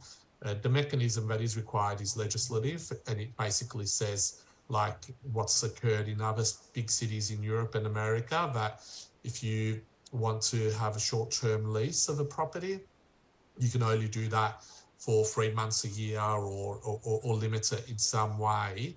That is what's going to work and meet the objective that I'm hearing is what councillors want to achieve, not necessarily a service fee to Airbnbs. But I hope that the report will be thorough and investigate all options, including the advocacy options, and for that reason I'm supporting the motion. Thanks, Councillor Tapanos. Councillor Bolton, is that also in favour? Yes, it is in favour. Certainly there has been a massive issue in Australia that's absolutely exploded during COVID, post-COVID, in regional areas, not just in coastal areas, but obviously I think coastal areas felt the burden of this the earliest. And a few years ago when I inquired of council officers about the amount of Airbnbs and short stay accommodation in Merri-bek area, at that point officers thought that wasn't a big problem. But I noticed that councils like the Berlin Council in Germany has a restriction, or did have at one point a few years ago, this is when I started asking questions in Merri-bek, that you couldn't rent out an entire property as Airbnb. You could only rent out, rooms, not an entire property. And that was their Berlin City Council's effort to try and deal with, people who used to, rent out long-term to renters and changing their minds and then only renting to people on short stay, Airbnb, et cetera, So I think that sort of the experience of the City of Berlin needs to be looked at. I think at the end of the day, there's no permanent solution through any of these things, but I think there is some regulation and some level of restriction on Airbnb and short stay accommodation that could assist with housing crisis. So that's why I'm supportive of doing this work. Fantastic. Thanks, Councillor Bolton. Are there any other speakers on this item? No. If not, then we'll put that one to the vote. All those in favour? All those against? That is carried unanimously. Now, we are heading close to 10 o'clock, so I'll just move that we have an extension of time until 10:30. I hope we don't use it all, but I'll just move that. So I'll move it, Councillor Riley to second it. All those in favour? Great. All those against? That is carried. So we've already dealt with item 8.3, and then next we're up to item 8.4, quantifying housing need in Merri-bek. Are there any conflicts of interest to disclose on that one? No. Councillor Conlon, this was your notice of motion? And I'll see if there's a seconder. Councillor Bolton to second. Councillor Conlon. So this is a pretty fairly basic nom, just trying to get some additional data around housing development completion data. So at the moment, council is able to collect data on the number of planning permits that we issue. Hang on, so I'll step back a bit. The broader purpose of this motion is to sort of understand with more information what's happening in Merri-bek in terms of development and how we're meeting our current and future housing need. So there's lots of sort of commentary in the media about, you know, the sort of, I guess a lot of people in the media and the general sort of public argue that councils are the, you know, sort of causing the housing crisis by through the planning permit process and, you know, through either not issuing permits fast enough or not issuing them at all. So what this is trying to do is to add some extra information to this debate to find out, well, what's actually getting built, because what is planning and building permits are pieces of paper that don't actually tell you like what developers are actually building on the ground. They just tell you whether the council has approved or not approved a particular development. But we do know in practice that what happens frequently is that councils issue planning permits and then developers often simply do not act on those permits. So what we're trying to do here is to find out, well, you know, in terms of, we've got council issuing permits, and then what's actually happening in terms of development. How many developments are being started and completed, so that we can have a more robust and informed discussion about the housing crisis in Merri-bek and what's happening. Thanks, Councillor Conlon. As the seconder, we've got Councillor Bolton. I support this motion. I think, I mean, there's more work that needs to be done beyond the scope of this motion, but I think this motion is a good first step, because there is a considerable amount of evidence that actually what's happening in Australia is there's actually more dwellings being built than ever before. And the problem with the housing crisis is not the lack of building, but the some people hoarding housing and leaving some housing vacant. And that is the cause of the problem. The people who, you know, some people accumulating a lot of housing that they buy and leaving some of that housing vacant, which then leaves a crunch for everybody else. So the problem isn't the question of councils not, you know, granting permits and housing not being built. It's actually a problem at the other end. The distribution of housing is the problem that's causing the housing crisis. So I think this is a useful tool, especially as the state government is talking about chopping councils out of the picture under the guise of cutting red tape, getting construction going, et cetera, but it is there's pretty clear evidence now. It's not a question of supply, it's a question of the distribution of housing that's causing the unaffordability of housing crisis. Thanks, Councillor Bolton. Are there any speakers against this motion? Any other speakers for this motion? If not, we'll put that one to the vote then. All those in favour? All those against? That is carried unanimously. Okay, 8.5 is a notice of motion that I've submitted for Councillor Hart. If you're able to second that, that would be great. I'll just, firstly check any conflicts of interest. No, okay, cool. So this is the motion on the Glenroy Post Office that Councillor Hart and I have both submitted and have both worked towards amalgamating our two motions to come up with something together.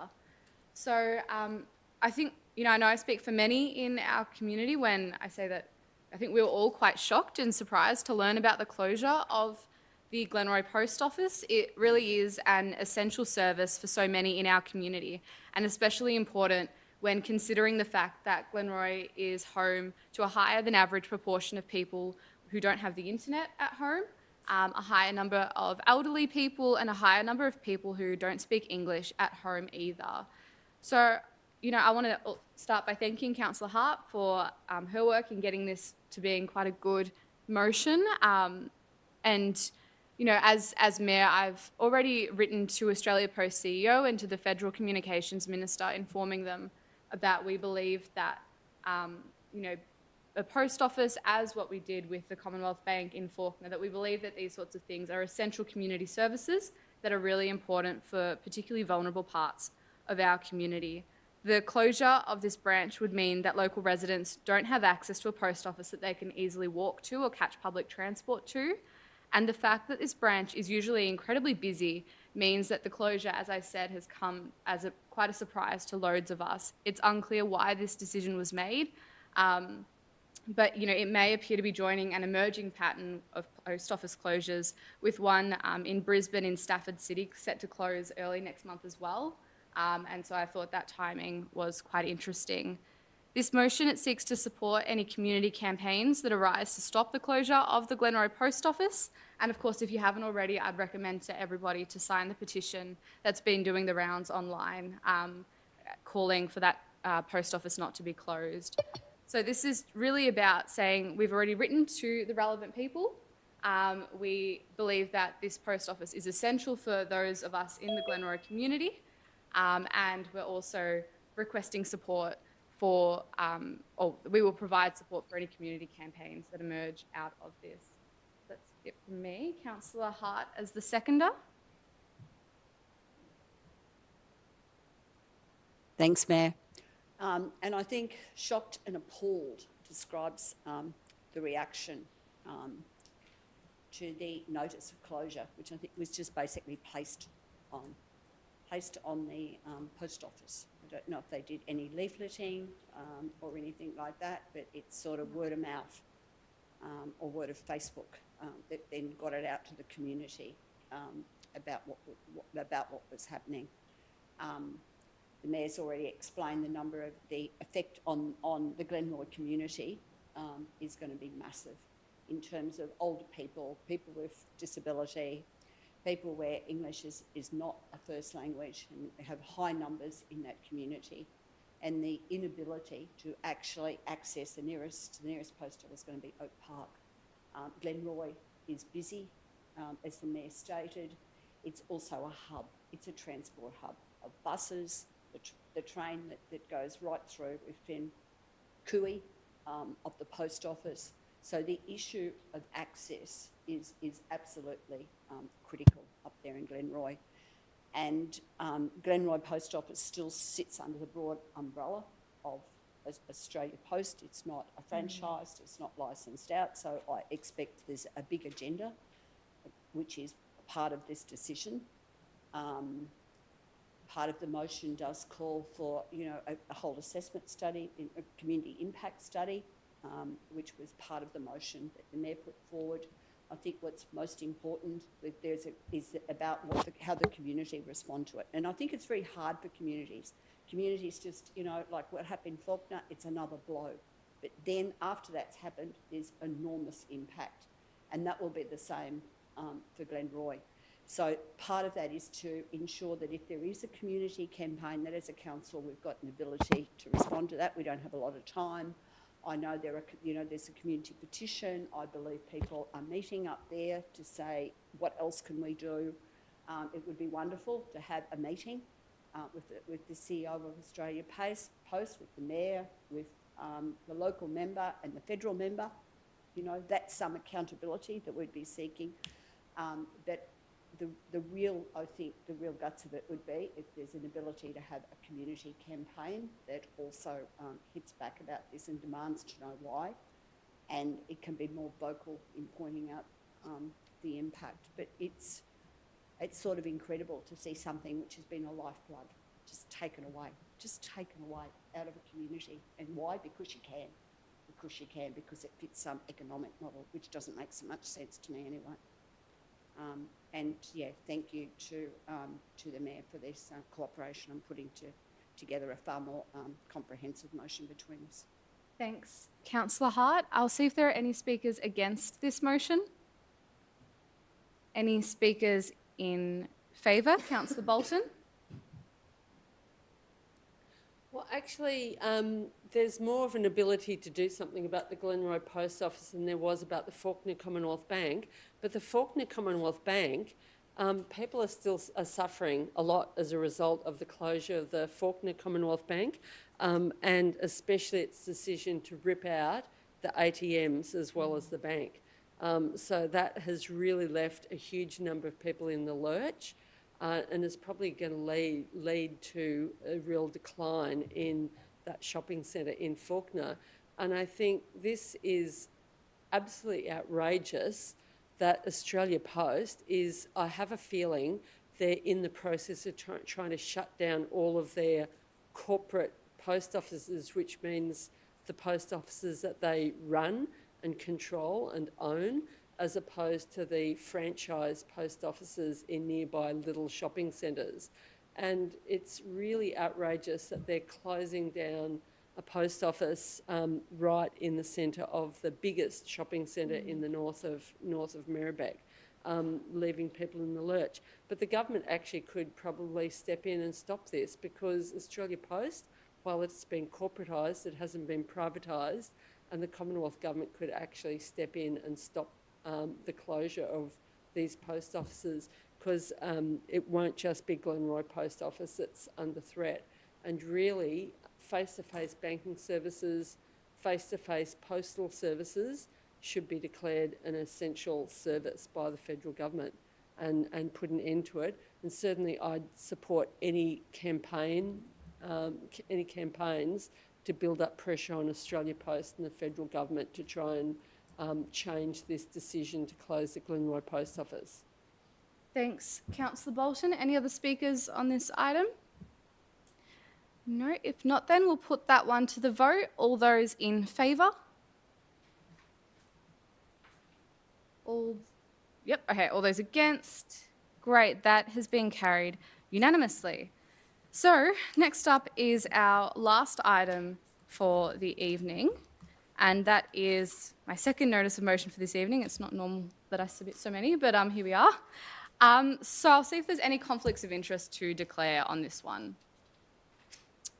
No? All right. So I'll be obviously moving this, and I'll see if there is a seconder for item 8.6.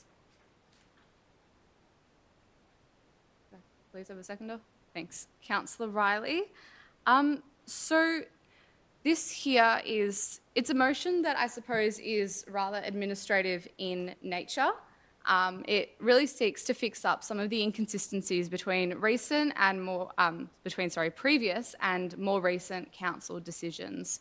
So I know that I've provided a fair bit of background information in the body of the motion, but like the gist of it, the summary is really as follows. So we've just unanimously passed our budget, which includes our fees and charges schedule, and we've gone through some really big consultation and submissions process where we had, more submissions than ever before on our budget. We've had many discussions internally as councillors about the provision of free parking permits for residents, and an amendment was moved to a similar effect at the draft budget meeting, which did not get up. So, we've had quite a few recent decisions where councillors have decided that given the financial implications being around 90K, the lack of community demand in the budget submission process, and the lack of strategic justification, that we'll proceed with the status quo for the current fees and charges schedule for parking permits. So this, I guess, is where that inconsistency arises, because back in 2021, council passed a motion that said that we would do a whole bunch of consultation on how we deal with parking in the municipality, including consulting residents on free parking permits and a bunch of other things. So this motion doesn't seek to change any of those other things. So there's consultation that'll be done in the coming months about zero parking developments and whether a particular street should have parking permits put onto them or not. Not parking permits, parking restrictions put onto them or not. So that doesn't change any of that at all. This is really just saying that given that we've made multiple decisions not to provide free parking permits in our budget, we shouldn't go out for consultation on that specific thing. It's really so that we don't confuse people and lead them to believe that free parking permits are coming when we just decided to stick with the status quo in our pretty huge budget process. So really this is about saying let's acknowledge and respect the decision that council made just last month to stick with the existing policy and not go out for consultation on this for all of the reasons, I guess, that I've got in that body of the report, of the motion, sorry. So that's the gist of it. There was a lot more included in the background of the motion, but really it's just saying let's be consistent in our approaches. We've just discussed this a whole lot as councillors and in a council meeting. Let's not consult people on something when we've just pretty much made a decision on the end outcome already. So that's under time, but I'll see if the seconder wishes to add anything. Yep, Thanks, Mayor. Look, given the sort of interest in these questions in the last term of council when I was on, I think, you know, it's all very well to go out and consult on these things again, but given that only less than 4% of the people in the city have to access these, although that's probably growing at the moment, I'm not sure we need to do it. And if there was, I mean, you obviously get people objecting to it, but, and if you could make it free, I'm sure they'd all support it. So it seems to be a bit of an odd thing to go and ask them about when, what the whole objective of this is to try and make sure that people aren't just parking on the street when they could be parking off the street if they've got off-street parking. And the issue is, if we don't have it, what levers do we have to influence the way people are parking and how long they park, etc. Well, how long is another issue, but at least this way residents need to make sure that they're parking as cheaply as possible and putting it in off the street. So that's a really important incentive for me. The cost is like 13 cents a day. It's probably, I don't know, it's probably less than 10 coffees a year. It's not a huge impost. I'm not even sure that we're getting cost recovery on it. I haven't checked on that, but it wouldn't barely, the amount of money we're raising in revenue is probably not really covering our costs, much more than covering our costs. And the other issue with concessions, it's only 6 cents a day. So I know that's probably a lot for some pensioners, but again, most of them hopefully are able to park off the street. But it's really about discouraging that on-street parking use. And I think to go and ask people to scrap it when we know that it's actually creating an incentive, it seems to be a bit counterintuitive to me. Unless there's a big upsurge from the community saying we should be doing this, I'm not seeing it, then I don't think it's something we should be necessarily exploring at this point. Thanks, Councillor Riley. Are there any speakers against this? Councillor Bolton? Yes, I'm against this. I mean, I think it is quite ambiguous, the motion. It's not that clear, the implications of this. I certainly got contacted by somebody who possibly isn't affected by this, but was in great consternation, tried to get onto council for 2 days, wasn't able to find out what this motion actually meant. You know, probably staff in the particular area were busy, because I know we don't have full complement of staff in the transport area at the moment. But I think, you know, consultation on the budget doesn't equate to consultation on the issue of parking permits. I think in areas where there's congested parking, probably a lot of people, a lot of residents would probably say that they want paid parking permits. You know, like I think it depends. It's not automatic that everyone necessarily says, yes, we want free residential parking permits. But I think, yeah, consultation on the budget is not equivalent to consultation on a particular issue where people get notified in the particular areas affected. And I'm against the idea of stripping away consultation. I just think it's bad policy to just assume, because we've had a discussion as councillors, that means everyone in the community is aware. Now, you know, I didn't vote for the free parking permits in the budget. That was a decision I made. I felt there was some higher priority funding decisions to make. But like, that doesn't mean that the community has had a say about the whole issue. So I'd rather have an informed community, and rather than people just thinking, why has this happened? Because we just assume that the budget is equivalent to community consultation. I don't think it is.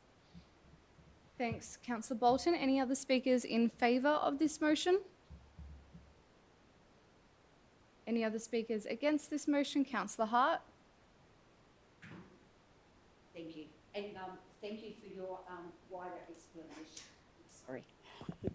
of the motion. And I understand that what you were putting forward was administrative logic, and as you were talking about a transparency in terms of what occurred with the budget and how that would flow to consultation. But I am, and I also didn't support free parking as part of the budget, and I'm not standing here advocating for it, but I am going to advocate that it still is not removed from the consultation process. If it was part of what was seen as what we were doing in 21, I think it's still legitimate that there is an opportunity for community to express views. There may be something uncovered that we didn't know about for a particular reason.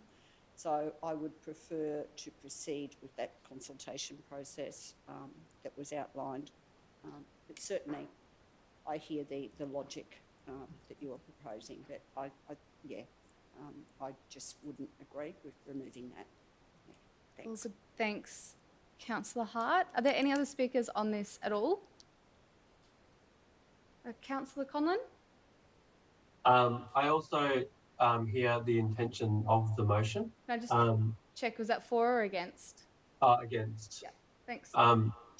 Yeah, I appreciate the intention of the motion in trying to, reduce or eliminate confusion or sort of unnecessary antagonism in the community on a contentious issue. I totally understand that, but I guess I wonder if we're, getting ourselves into or making this a bit more complicated by, I guess, using a notice of motion to kind of get around a consultation process that's outlined in the existing policy. Like, I think it's just better to go through that consultation process and we can deal with, the outcome of that consultation. And like the others said, I was also one of the councillors who voted against the free parking permits, and I also have a very high bar to set in terms of, free parking, and I support the concept of mode shift and trying to achieve more trips by public transport and other sustainable means, and being careful about how we treat on-street parking. But I don't necessarily think that this is the best approach to deal with this complicated issue. I think it's just better in terms of process to go through the existing policy, including the consultation processes outlined in that policy. Thanks, Councillor Conlon. If there are no other speakers on this one, I'll just briefly exercise my right of reply. I think I can see. Oh, Councillor Pavlidis, sorry, I missed your hand. Is that against? All right, Councillor Pavlidis. Thank you, and through you, Mayor. I'm obviously against this, as it was I who suggested it and put it up in the draft budget. As obviously say, we do have a resolution on the books to consult with our community and to seek their feedback on the cost of the first standard residential permit, parking permit being free. And as stated, this resolution is from April 2021, so that's way over 2 years ago. I can truly appreciate why community satisfaction with council is decreasing. It should not take over 2 years to action a council resolution. It is also noteworthy tonight's council agenda includes a report highlighting the numerous council resolutions still to be actioned. In my view, the pressure of parking within our municipality is a growing concern. We constantly receive planning applications requesting waiving of car parking requirements. To suggest that Victorians are not dependent on motor vehicles is naive. The state public transport system is at best inadequate. It is extremely difficult to find connectivity between trams, trains and buses to move around. The residents who live within close proximity to these developments are the ones paying the price for the waiver of these car parking development and requirements. Now, this council supposedly prides itself on consulting with our diverse community. Well, then why is it appropriate to proceed without seeking feedback on the cost of the first residential parking permit being free? Is council afraid of being informed that the community believes the first residential parking permit should be free? Other councils provide free residential parking permit. Why is it inappropriate for the council not to seek feedback on our permits? Why would we proceed without seeking feedback from our community on something that that directly affects them? The Local Government Act and the governance rules state that we must, not may, we must give the community the opportunity to communicate their views to the council. The community is expecting this consultation. I will not be supporting this, no. And further, I just wanted to clarify, what's written in the actual report is a bit, I think, misleading, because my understanding is where I see some of the comments are if parking permits are free, there's no incentive to park off street, so they would consume parking spaces for those that require them. Now, my understanding is parking permits aren't just issued willy-nilly. You need to be eligible. There's criteria you need to meet to be granted one. So whether it's free or whether there's a cost, if you're not eligible, you're not eligible. So if you're parking somewhere without a parking permit, you would and should be fined. So I think when this report was being written, it'd be helpful if it stuck to the actual facts, because that is not correct. I will not be voting for it. Thanks, Councillor Pavlidis, for providing, I guess, those comments in debate. Look, it's getting late. I can see how this motion is going to pan out in terms of the vote on the consultation aspect of this. Of course, noting what other councillors have said about the substance of the matter, which will come to us later, and I can appreciate, I guess, the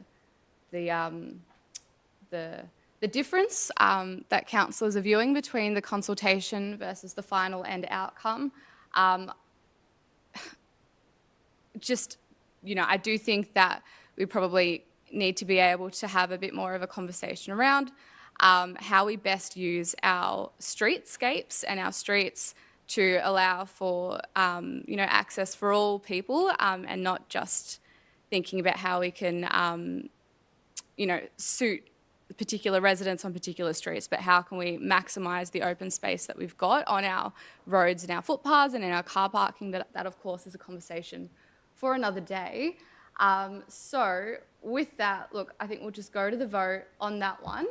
And so all those in favour of this notice of motion, just the two, and then all those against, I presume, will be everyone else. And so that one is quite clearly lost, and I'll call for a division on that. So the two in favour were Councillor Riley and myself, and then all those opposed were Councillor Pavlidis, Councillor Conlon, Councillor Yildiz, Councillor Bolton, and Councillor Hart. Thank you, councillors, for that. So item 9, we've got no notices of rescission. Item 10, councillors, are there any foreshadowed items? Yes, so Adam's left. Yes, so he left, but we've still got quorum, so we're finishing. No, they've gone. Okay, so no foreshadowed items, no urgent business. All right, with that, no confidential items for tonight. Great. So with that, I would like to thank all those watching on the live stream, and for those of you who've stuck around in the gallery, thanks for your interest in council matters. I wish you all a good night, and I'll now declare the council meeting closed to the public at 10:24 p.m. Thank you, everybody. Good night.